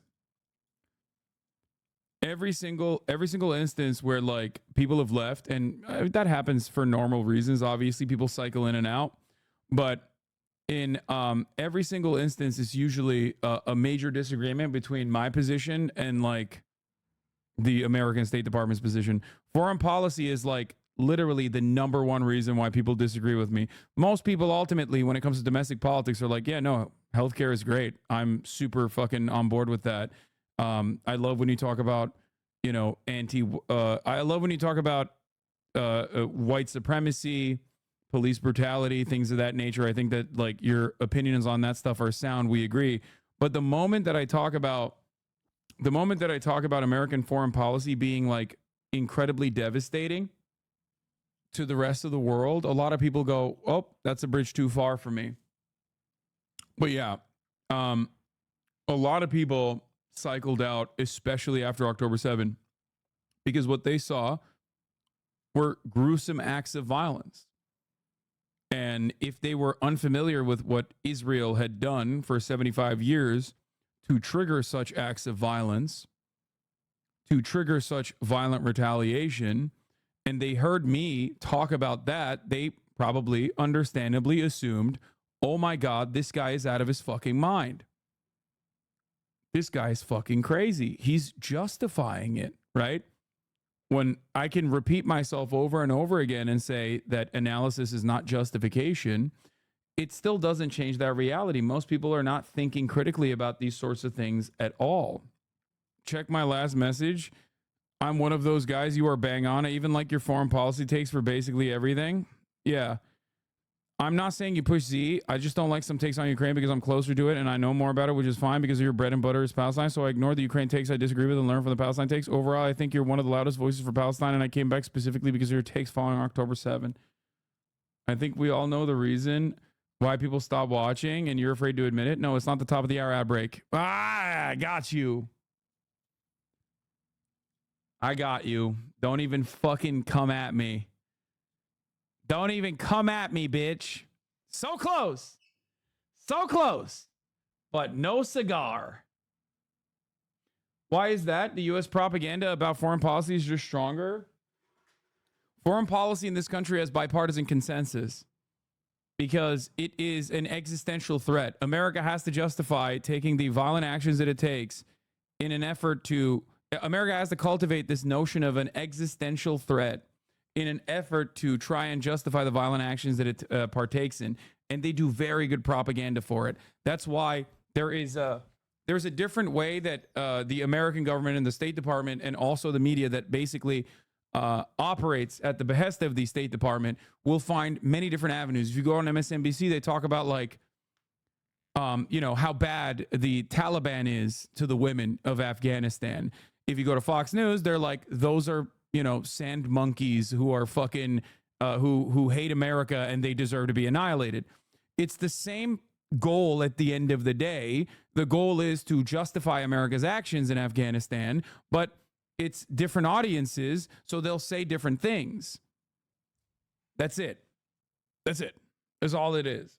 The ultimate goal still is the same, though. The people who deeply dislike you and spend so much time thinking about you honestly make me sad. Like, get a hobby or find something that brings joy. I want that too. Your Ukraine takes are so bad. Yeah, don't worry. Give it a couple more months and you'll agree with me. And you will recognize that maybe you were wrong and I was right for pushing for a ceasefire when Ukraine had infinitely more leverage against Russia, as I did. Don't worry. People are also coming to that recognition as well. Yeah, try say the woman thing of Fox News viewer. They'll probably agree with it. Yeah, I mean, I'm sure they agree with that too, but they go beyond that, right? When Ukraine takes back their territory, you're going to be so sorry. No, I would not be sorry. I would be excited at that prospect. Why shouldn't Ukraine take back its territory? It's their fucking territory. Russia has no business taking over Ukrainian land. That would be great. Hold on. Ukraine is going around the world asking governments to force Ukrainian men back to the country to be drafted to fight the war. Yeah, I assume that would be another. I assume that would be the final stage of desperation. Anyway, I began disagreeing with you on Ukraine, but exactly what you said would happen is happening. The U.S. is offloading old stock and trying to weaken Russia. Yeah. Remember, it's Nathan Tankus who said being a leftist is just about being right, just too early. And that's what it is. Why do people think you are anti-Ukraine? Is it because anything that isn't pro-more war is seen as anti-Ukraine? Yes. That's why I say always the history will vindicate me. And that is the reason why post-October 7, you saw a lot of people leave only to return again because they started recognizing, okay, maybe there was some truth to what he was saying because what Israel is doing is unconscionable. Perhaps I was unaware of what Israel does regularly. Do you understand? I remember when you talked about the State Department salivating at being able to use old stock against Russia without directly putting boots on the ground. Yes, and then they openly admitted it time and time again for the record. NATO is worried that Ukrainian military lines are faltering and they're considering sending NATO troops as advisors. Exactly what ended up drawing. Yeah, this is the other aspect of it as well. They're sending trainers, which is exactly what they did, as I talked about yesterday, in Vietnam. Don't be obtuse. Crimea plays a big role too. Yeah. Notice how there's a difference with the way that the way that the Ukrainian government reacted to Crimea's annexation versus the way that Russia's invasion is unfolding currently. By ceasefire, you mean surrender to the oppressor. Do you think that I have that exact same approach when it comes to Palestine? Because I do. I'm advocating for a ceasefire in Palestine as well. I'm advocating for a ceasefire in Gaza as well. Does that mean personally that I'm advocating for the Palestinians to surrender completely to Israeli rule? Is that what you think I'm saying? I don't know if you noticed, but you are the inconsistent one in this situation. If you're pro-Ukraine and pro-Palestinian and you refuse to understand what is coming out, the words that are coming out of my fucking mouth, perhaps you need to re-examine your own positions. I was just pointing out that your disagreements there where a large amount of hate is coming from. Yeah, dude, I know. Chatters are really fucking invested in Crimea. They're going to go overtake Sevastopol themselves personally. Get the fuck out of here, dude. No, people don't really care about this stuff. They care about the drama. That's it. And there was a lot of drama to be had. And especially when it is like in line with the State Department. You are the worst news source I've ever seen. Well, considering that literally every single thing I do is basically look at valid New York Times and Associated Press and other kinds of news sources, I think that you most likely have an issue with a lot more than just me being a bad news source. I'm also not a journalist, but instead a political commentator. Okay. I don't consider war good, but I can consider war righteous. I'm not sure there's an inconsistency in wanting both Palestinians and Ukrainians to fight for their right for self-determination. I feel like suggesting the Ukraine war in particular should end wholesale is contrary to that. No. Ending Russia's invasion of Ukraine is objectively a good thing. It is. The issue, on the other hand, between Russia and Ukraine is that there was an opportunity to at least try ceasefire. I've said this back then, and I will repeat it again. It's been many, many years at this point. If ceasefire doesn't work out, nothing changes. We're back to square one. Okay? That's it. But is the invasion justified? What? No. I've never said that it is. What the fuck are you talking about? You just go back to war. A brief pause from that in an attempt. To negotiate with the unjustifiable invading force is objectively good. This is the take I disagree with. I don't think that's how it works in this instance. It's not back to square one. It literally is. The idea that a ceasefire would give opportunity for Russia to recoup and recover and then be able to hit way harder is silly, because the very same thing could happen to Ukraine in the same process. Ukraine could galvanize its defenses. Ultimately, the only thing that would do is stop the further bloodshed. If it works, it's great. If it doesn't work, then you're back to square one. I think the answer to the Ukraine problem is to nuke Iran. I agree. At this point, I feel like people are just trying to farm a clip chimp moment. There's no way all of a sudden there's a bunch of weirdos just curious about these Ukraine takes. Yes. What is your take on the two arguments of retaking Crimea being a possible start to a greater conflict and ceasefire being a potential appeasement? What? I don't know who's making this argument. If you are personally, man, the country my family's from is being hollowed out, and I'd rather stop than continue for some Pyrrhic victory, which, by the way, is not beneficial at all. I mean, it's not guaranteed at all. Not beneficial. Sorry. What is your whole Ukraine take to the West, specifically America, was never genuinely interested in the sovereignty of Ukraine, and relying on American aid to win and take down Putin or whatever is a false hope that will end poorly, and that we need to facilitate peace as soon as possible. Not wanting a ceasefire means fooling ourselves that America would actually step up if Ukraine starts losing, which is copium. Yes. And also there's the secondary aspect of this, which is that if America does step in and step up, then there's also broader conflict at play as well, potentially nuclear brinksmanship. The point is, I think people should get more mad at their favorite content creators if they left this community to go watch someone else. They should be more mad at those content creators for presenting them with falsehoods. Like making it seem as though Ukraine's chances of victory is any day now. You're not going to win this argument. Ukraine has broad support, especially when compared to Palestine. Wait, what? I am in support of Ukrainian emancipation. The irony that you will never hear from a lot of the naysayers is that this community raised money by hundreds of thousands of dollars specifically for Ukrainians in need of evacuation and humanitarian assistance. There is a reason why they rarely ever bring that up. Or when they do bring it up, they literally use some of the most disgusting things I've ever heard, which is, oh, they only did that. Oh, that community only did that for PR. Yeah. Meanwhile, what the fuck have they done? I saw this with a lot of D fans that think you support Russia's invasion. Yeah, there's never been a single fucking moment where I've said I support Russia's invasion of Ukraine. That's why they always have to go back to the annexation of Crimea as a reason why they claim that I am pro Russia's invasion of Ukraine. Of course I'm not. Why the fuck would I defend a kleptocracy, a capitalist oligarchic kleptocracy like Russia? It's ridiculous. I do not believe that it is a critical support that is required for their unjustifiable actions because it's like dismantling American hegemonic power or anything like that. I do, however, understand why they would have their own personal motivations to do unjustifiable actions in general. I do, however, think that there is a better way that Russia could have dealt with the potential American interference in Ukraine, and it certainly was not military action, which has been awful for Russia. Even if you are pro-Russia, you should be mad at Putin. If you're pro-Russia, you should be mad at Vladimir Putin, is a point I make all the time. Anyway, follow just to say that Assam fans are the most brain dead loser chronically online fans on the internet. Brother, you literally followed to say that. That is straight up brain dead loser chronically online activity.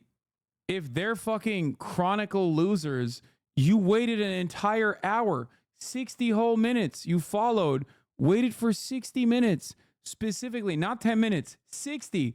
We upped the follow since we've been getting brigaded to 60 minutes. People that talk about my fans and how mad they are at my fans do something infinitely worse. At least they're like, you know, getting news commentary, enjoying my perspective. You, on the other hand, sat for 60 minutes, created a fucking sock account, used that sock account, waited for 60 minutes to come in here and say that. That's so sad. I need you to reflect, chatter. I need you to look at your actions. Look in the mirror for a brief moment and think to yourself, why am I doing this? Is this good for me? Is this good for my mind? Is this good for my brain? Is this good for my soul? But I guess we'll see what you have to say in the next 60 minutes since you unfollowed. So in order for you to respond again, you're going to have to follow for another hour. You do have chronically online fans, to be fair, but they're like the fan cam making, thirst posting stand types, not the hyper irony, poisoned, sexual assault, Kiwi Chan stalker types. Yeah. That is infinitely fucking healthier than whatever the fuck this guy is doing. Anyway. Fictional. We're going to do the Assassin's Creed stuff in a little bit. Oh, SA is not sexual assault, something awful. Sorry, I forgot that even fucking existed. In the case of Israel-Palestine, you put pressure on Israel to come to a deal, which I agree with. But why in the case of Russia-Ukraine, you put pressure on Ukraine to take a deal? You seem very behind the Palestinians in their fight, despite the death, but not for Ukraine. No, dude. Dude, it's because Hamas has been fucking pushing for ceasefire since October 9. Okay?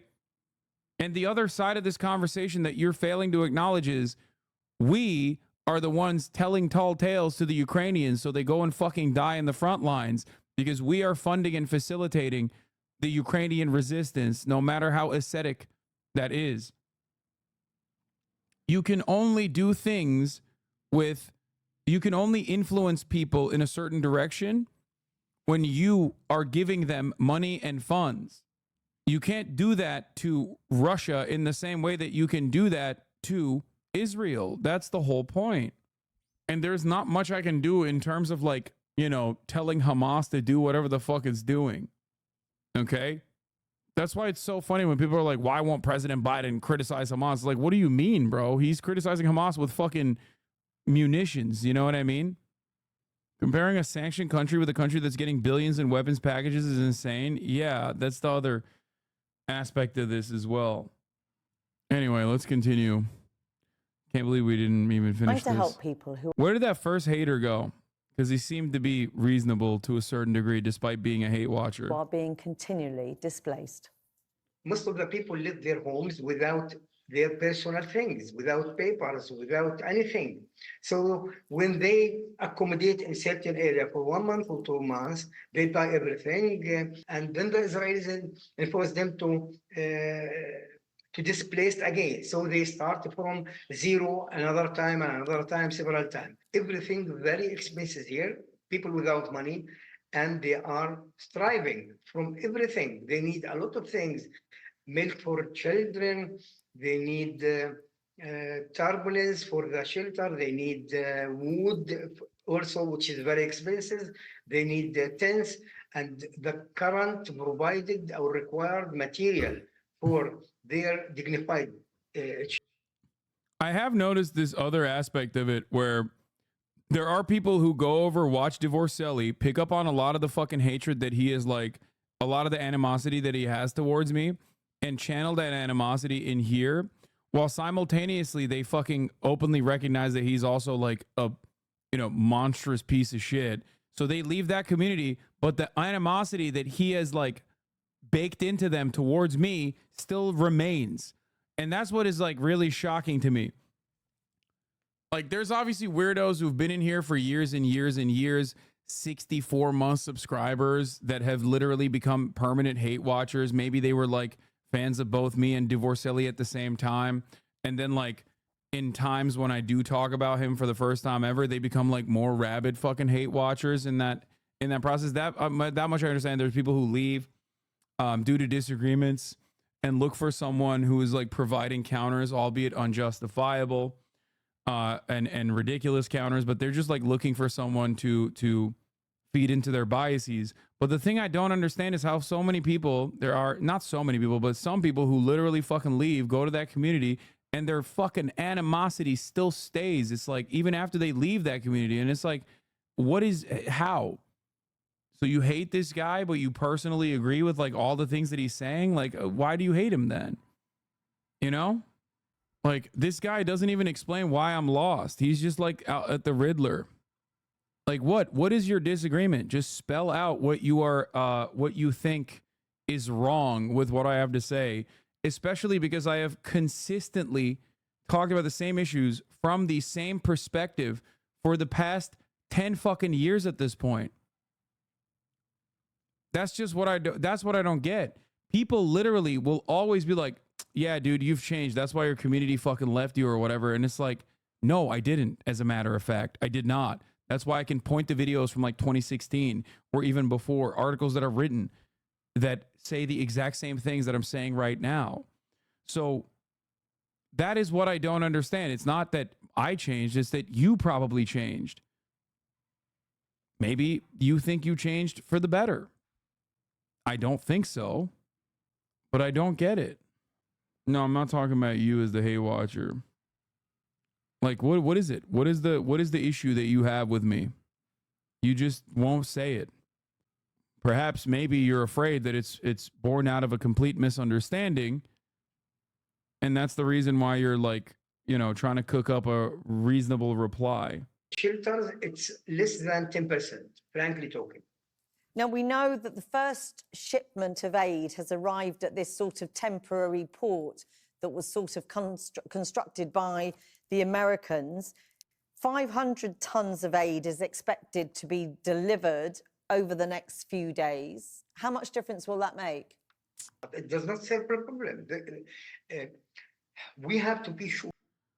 Oh my God, you're comparable to Ben Shapiro. Seems like you're very understanding and actually have some good points sometimes. Wait, that's how I'm comparable to Ben Shapiro?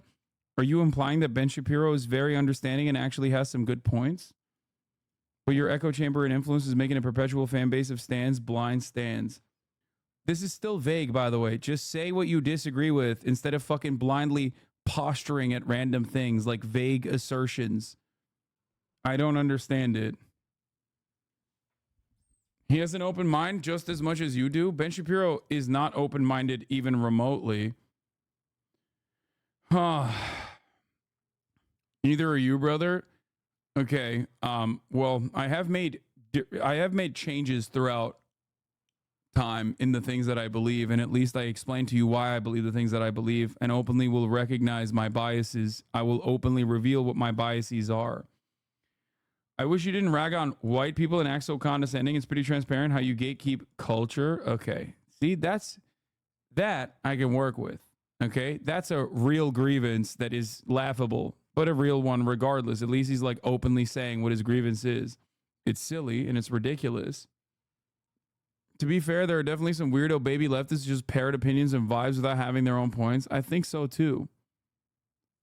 That's a funny one. You used to be transphobic and have changed a lot there. Yes, exactly. Hassan, on a public broadcast, you were unable to say anything on October 6th, which most would condemn. It makes talk about the issues mute when the right will just nail you for that. Wait, what? I don't know what the fuck you're saying, but I didn't understand it. I don't rag on white people. I rag on white supremacy. I also am a firm believer that people can change for the better, and everyone is on their own journey.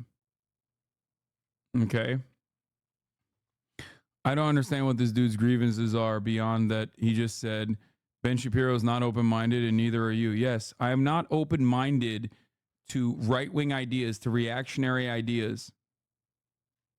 Wait, you know what, Hassan? I don't have a list of reasons why I don't like you, nor am I smart enough to go toe-to-toe with your intellect. I just don't like you as a person, and I think a percentage of your old fan base think the same. Well, thank you. Thank you for recognizing that. I'm glad that it took us an hour for you to get to this point. Hopefully you'll get better eventually. At least he's honest.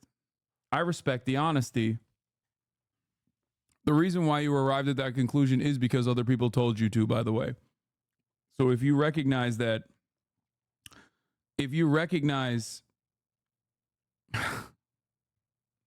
be fair, I will probably sit here later tonight and think this Hassan guy isn't that bad. I mean, at least you recognize that too. Now I'm now interested as to why they don't like you as a person. Oh, dude, come on. We are brought up in a ultimately reactionary society. Social conditioning is very important to that. A lot of people will get mad at naysayers instead of engaging in a unimaginable amount of self-reflection to unlearn certain things that they take for granted their whole lives. That's why a lot of people don't like me, especially because I'm also very loud and very brash and very stubborn. I recognize that about myself. That's probably part of the reason why you like the commentary that you listen to here. I totally get why people fucking hate me, quote unquote hate me. They think I'm fucking annoying, arrogant. That is precisely the reason why they enjoy so many fucking very dumb people make really shitty attempts to say Hassan is actually stupid and wrong and engages in a lot of like misinformation or whatever. That's usually what it is. People also consider that to be inauthentic. They're like, he can't authentically be on board with all these positions. There must be a secondary reason. That's precisely the reason why they turn around and fucking make assertions about being a grifter. Not even trying to comprehend that if I was a grifter, then why the fuck would I be grifting against positions that people take for granted, themselves included? If I was a grifter, as many grifters are in this space, I would be grifting to the right. The right doesn't question the things that you say. The right doesn't constantly fucking present a counter argument. The right doesn't fucking constantly engage in purity spirals. That is precisely the reason why many people, including but not limited to Tim Pool, will oftentimes cast themselves as like progressives or center liberals and then, you know, do a shit ton of propaganda to the right. That's exactly what happened with Dave Rubin as well. That's exactly what happens with a lot of the people that were like saying that I wasn't fucking communist enough for them. And now they've become MAGA communists. That's why you only see grifting in one direction and not in the other, including but not limited to Jackson Hinkledink and many others. Do you understand? It ultimately comes from not wanting to engage with themselves and think about why they believe certain positions, and instead shooting the messenger.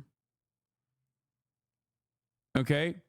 Being like, fuck this guy for telling me shit is fucked up. Fuck him. I think things are good, actually. I want to think that things are good. I came into this community with zero expectations. For the first time, started questioning the bigotry I was raised to think was normal. I just listened to your points and positions on policy and realized it makes the most rational sense. Yes, there are plenty of you. There are plenty of other people just like you, or maybe even people that were that had firmly held convictions on certain issues. And I've been able to exhaust those positions over and over again until, they turn around and say, you know what, fuck it. Like, I think he might be right on this. I'm going to re-examine my previously held beliefs. That's a beautiful thing. That's why I do what I do. Okay? But the reason why a lot of the disagreements that people have with me purely just begin and end on aesthetics is for that reason. They don't want to re-examine the things that they hold firmly and take for granted.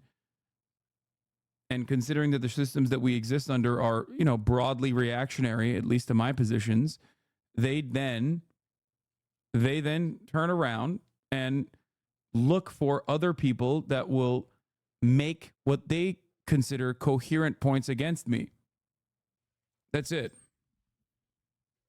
When it comes down to it, a lot of the other stuff is just like moralizing and posturing why you hate a particular person online. It's never the ideas that I am bringing forward. And almost always, especially people view themselves as progressives, it's almost always like things that they've misunderstood. Okay? Or how you talk too mean. Yeah. I remember when I was on my Gary V defending arc, so cringe. Yeah, I mean, people grow. It's fine. You have been nice lately. I've been trying my very best to be as nice as possible to people that I disagree with.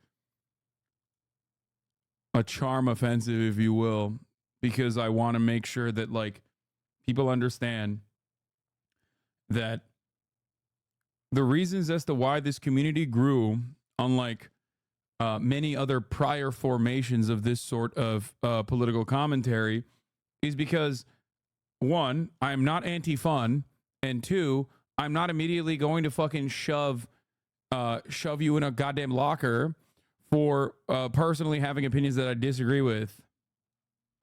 But like I said, people have biases. They are looking for someone who will say, no, your biases are correct. Okay?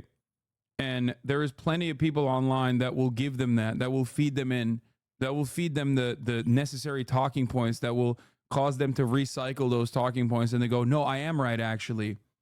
Instead of interrogation, instead of self-reflection, I'm going to go further and further into the comfortable bosom of reactionary politics, as I like to call it. That's it. Your stream is an amazing off-ramp for people who fell into the right-wing pipeline like myself. I think it's the greatest utility you provide to the progressive movement. Yes. How do you differentiate between people actually trying to learn versus the just asking crowd? I've noticed you yell less at chatters asking questions that may be stupid nowadays. You still get the annoying types? Yes, I do. Still have a friend that doesn't like you because of the house stuff and swore nothing would ever change his mind on it. Yeah, it doesn't matter. That in and of itself is still ultimately vibes based, right? The idea, the false understanding. I'm on the opposite side of the spectrum, leftist family and all. Thought you were too Slava Ukraina for my taste, but you made me rethink my position. You saved me from turning around and becoming liberal again because of how much I doom scrolled. A lot of new people in the chat goes back to the soda pop and take, scared to ask anything because they might get yelled at. Yeah. I know. The only way for the left and progressive ideas can grow is if we're more approachable. Some leftists are like Christian fundamentalists in their militancy. I know. And I shit on that all the time. I think that is not good. It's not productive. I hate that. That's it. Now that I think about it, I've never heard someone give a valid reason for thinking that you're an idiot outside of something that's extremely personal, reactionary, or dramatic. Yes. But because of the overwhelming amount of that sort of commentary, Sometimes it's like anti-socialist tendencies masquerading as a personal slight. And, you know, packaged up with like a rehashing of Red Scare propaganda. Because that is so consistent and there is like a constant stream of that kind of thing refeeding into a new audience of people that will also arrive at that position, it basically becomes the truth. Sometimes that even has the capacity to change my mind about myself, make me question my beliefs. You've made me less reactionary towards Muslim people, something I didn't know was there at first. People weren't here when these people tried to say Hassan was a sex trafficker. No sympathy for these losers, man. Yeah, no, people just straight up lie. And in like incredibly fucked up ways too. Like unimaginably fucked up ways. Anyway, let's continue. Looks like CNN is loosening their copyright over the presidential debate. Oh my fucking God, let's go. Oh yeah, a new debate development. CNN will make its Biden-Trump face-off on June available for simulcast on any U.S. networks of the news division that wants it. Oh my God.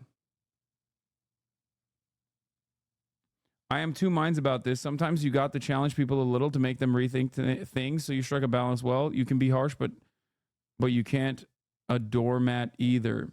Yeah, obviously. It's safe enough. It's not a perfectly safe space. It can't be, because if it's a perfectly safe space, then obviously there's no discussion to be had. That's not my goal. My goal isn't to, like, I don't know, do news coverage for people who already agree with me. My goal is to reach out to a broader audience and consistently grow this community so that there are more like-minded people on your side down the line. This is why, since I was a 35 viewer Andy, or 1,000 view Andy, or 35,000 viewer Andy, I have said the exact same things over and over again. And I've always yelled at people who want to maintain this, like, who want to maintain this sheltered rosebud ass attitude, which, you know, we joke about because they mean well, but, you know, the notion that, like, you can't fucking have fun, or you just simply should not allow any kind of reactionary sentiment to exist in the community. You got to fucking stop it. And this is why you respond to people saying you are dumb and who ignore your points. Yes.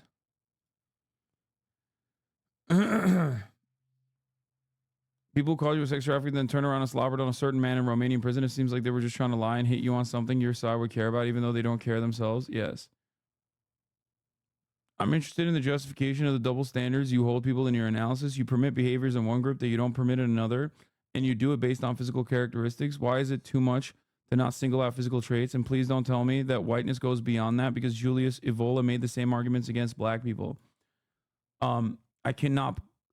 I find it really funny that you are invoking Evola when talking about anti-white racism. That's awesome. Congratulations, chatter. Yes, you're right. Anti-white racism is literally like esoteric Nazism. You're so correct. Like ideas that were formative in the Nazi movement. That's sick. I am the Evola of being an anti-white racist. That has to be a self-report, by the way, from someone who considers themselves to be LARPing as a centrist.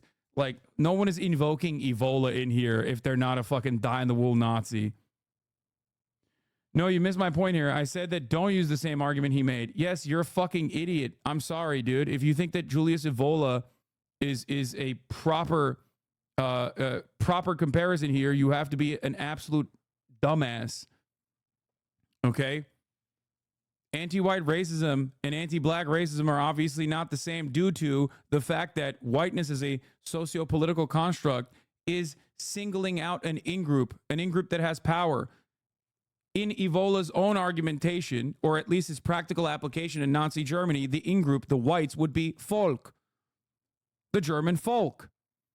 And the out-group would be considered non-white. That is ridiculous. Why do it at all? Because it needlessly alienates people. The reason why I do it is not because I want to alienate white people, but the reason why I do it is because I will take a firm stance on white fragility. I'm not going to capitulate to white fragility, which has an effect of delegitimizing white supremacy, or delegitimizing the violence that non-white people experience under white supremacy. That's the reason why I take a fucking stubborn and firm stance against it. Why would I ever capitulate to something that I genuinely think is abhorrent, that I genuinely think is ridiculous? Okay? You're discussing Hassan, your Discord is filthy. Yeah, okay, thanks, man. I don't even want to know what kind of shit goes on in the Discord servers that you're coming from. This is a safe space to ask about your position on the Armenian genocide. I've read on Twitter and other places. Okay, I'm not even fucking reading this. Come on, dude. Thank you for your input, chatter. Anyway, going back to the Ebola conversation, I think it's ridiculous. The reason why, or going back to the person who asked me what my stance is, okay? The reason why I talk about cracker discourse so fucking much is it's laughable. It's a silly conversation, and most people in the real world would not give a shit about it. But there's clearly a lot of people in here, in this space that we occupy, the gaming space specifically, okay? The reason why I talk about it is because a lot of people personally use this as a way, either on purpose, deliberately, or inadvertently, to defend white supremacist principles. The starting point of such said principles actually come from, first, neutralizing the conversation surrounding white supremacy and the systematic ways in which it does violence to those who are in the out group. You avoided questioning holding the double standard. Me mentioning Ebola was to head off the fact that you're perceiving as a negative trait latent to white people. I'm white, you fucking idiot. No, I am not saying it is a negative trait latent to white people, you dumb fuck. Oh my God. This is what you don't understand. I'm white. Do you agree with the fact that I'm white or not? Okay. Am I white? Am I a self-hating white if I am white? Sure. Okay. Good. Do you think that I personally am saying it's a negative trait to be white? Or do you think that I personally believe that given the socio-political construct surrounding white people, which, by the way, can change, you can not be considered white by many people, for the record, including many of those who literally have called me everything under the sun, saying that I am not white, in an effort to say that I'm an anti-white hater, okay? That means that whiteness is a flimsy concept, okay? Because it's a socio-political construct. When people find things about you, like with Frogan is white too. But because she wears a hijab, it is unconscionable to consider Frogan to be white because she is signaling to the rest of the world that she is Muslim. And Muslims are not a part of the in-group. Okay? What terms can we agree on in the spirit of white is cultural? Whiteness, white supremacy? Spirit of white is cultural? In the spirit of white is cultural? What? My position on the cracker discourse is that anti-white racism is the same as anti-hetero bigotry, is the same as bigotry towards the normalized identity group. That's it. And there is a reason why many do not engage with what the fuck I am talking about. Does Ludwig even care? No, that's the funniest part. He doesn't give a shit. Do you mean the cultural spirit of whiteness? The fuck are we talking about? There has never been a moment in time throughout history where white people have been subjected to endless amounts of violence that non-white people in the outside of the power core has been subjected to on the virtue of their whiteness. Okay? I don't know what you mean when you're talking about the spirit of white is cultural, whiteness, white supremacy. I don't get it.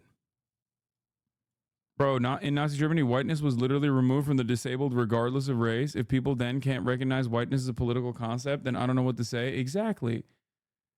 It's just when you are, I mean, same with Jewish people, Roma people, gay people, socialists.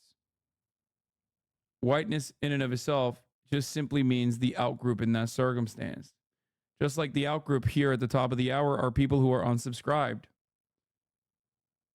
The power structure in this community dictates that as long as you are subscribed, you are in the in group. You will not be oppressed with 3 minutes of ads at the top of the hour.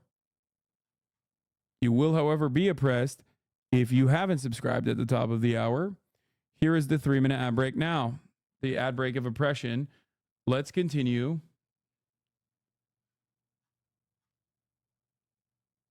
And go back to the U.S.-built pier that is operational. Rare good news from Gaza, where a U.S.-built pier is now operational and trucks are rolling ashore to deliver desperately needed aid.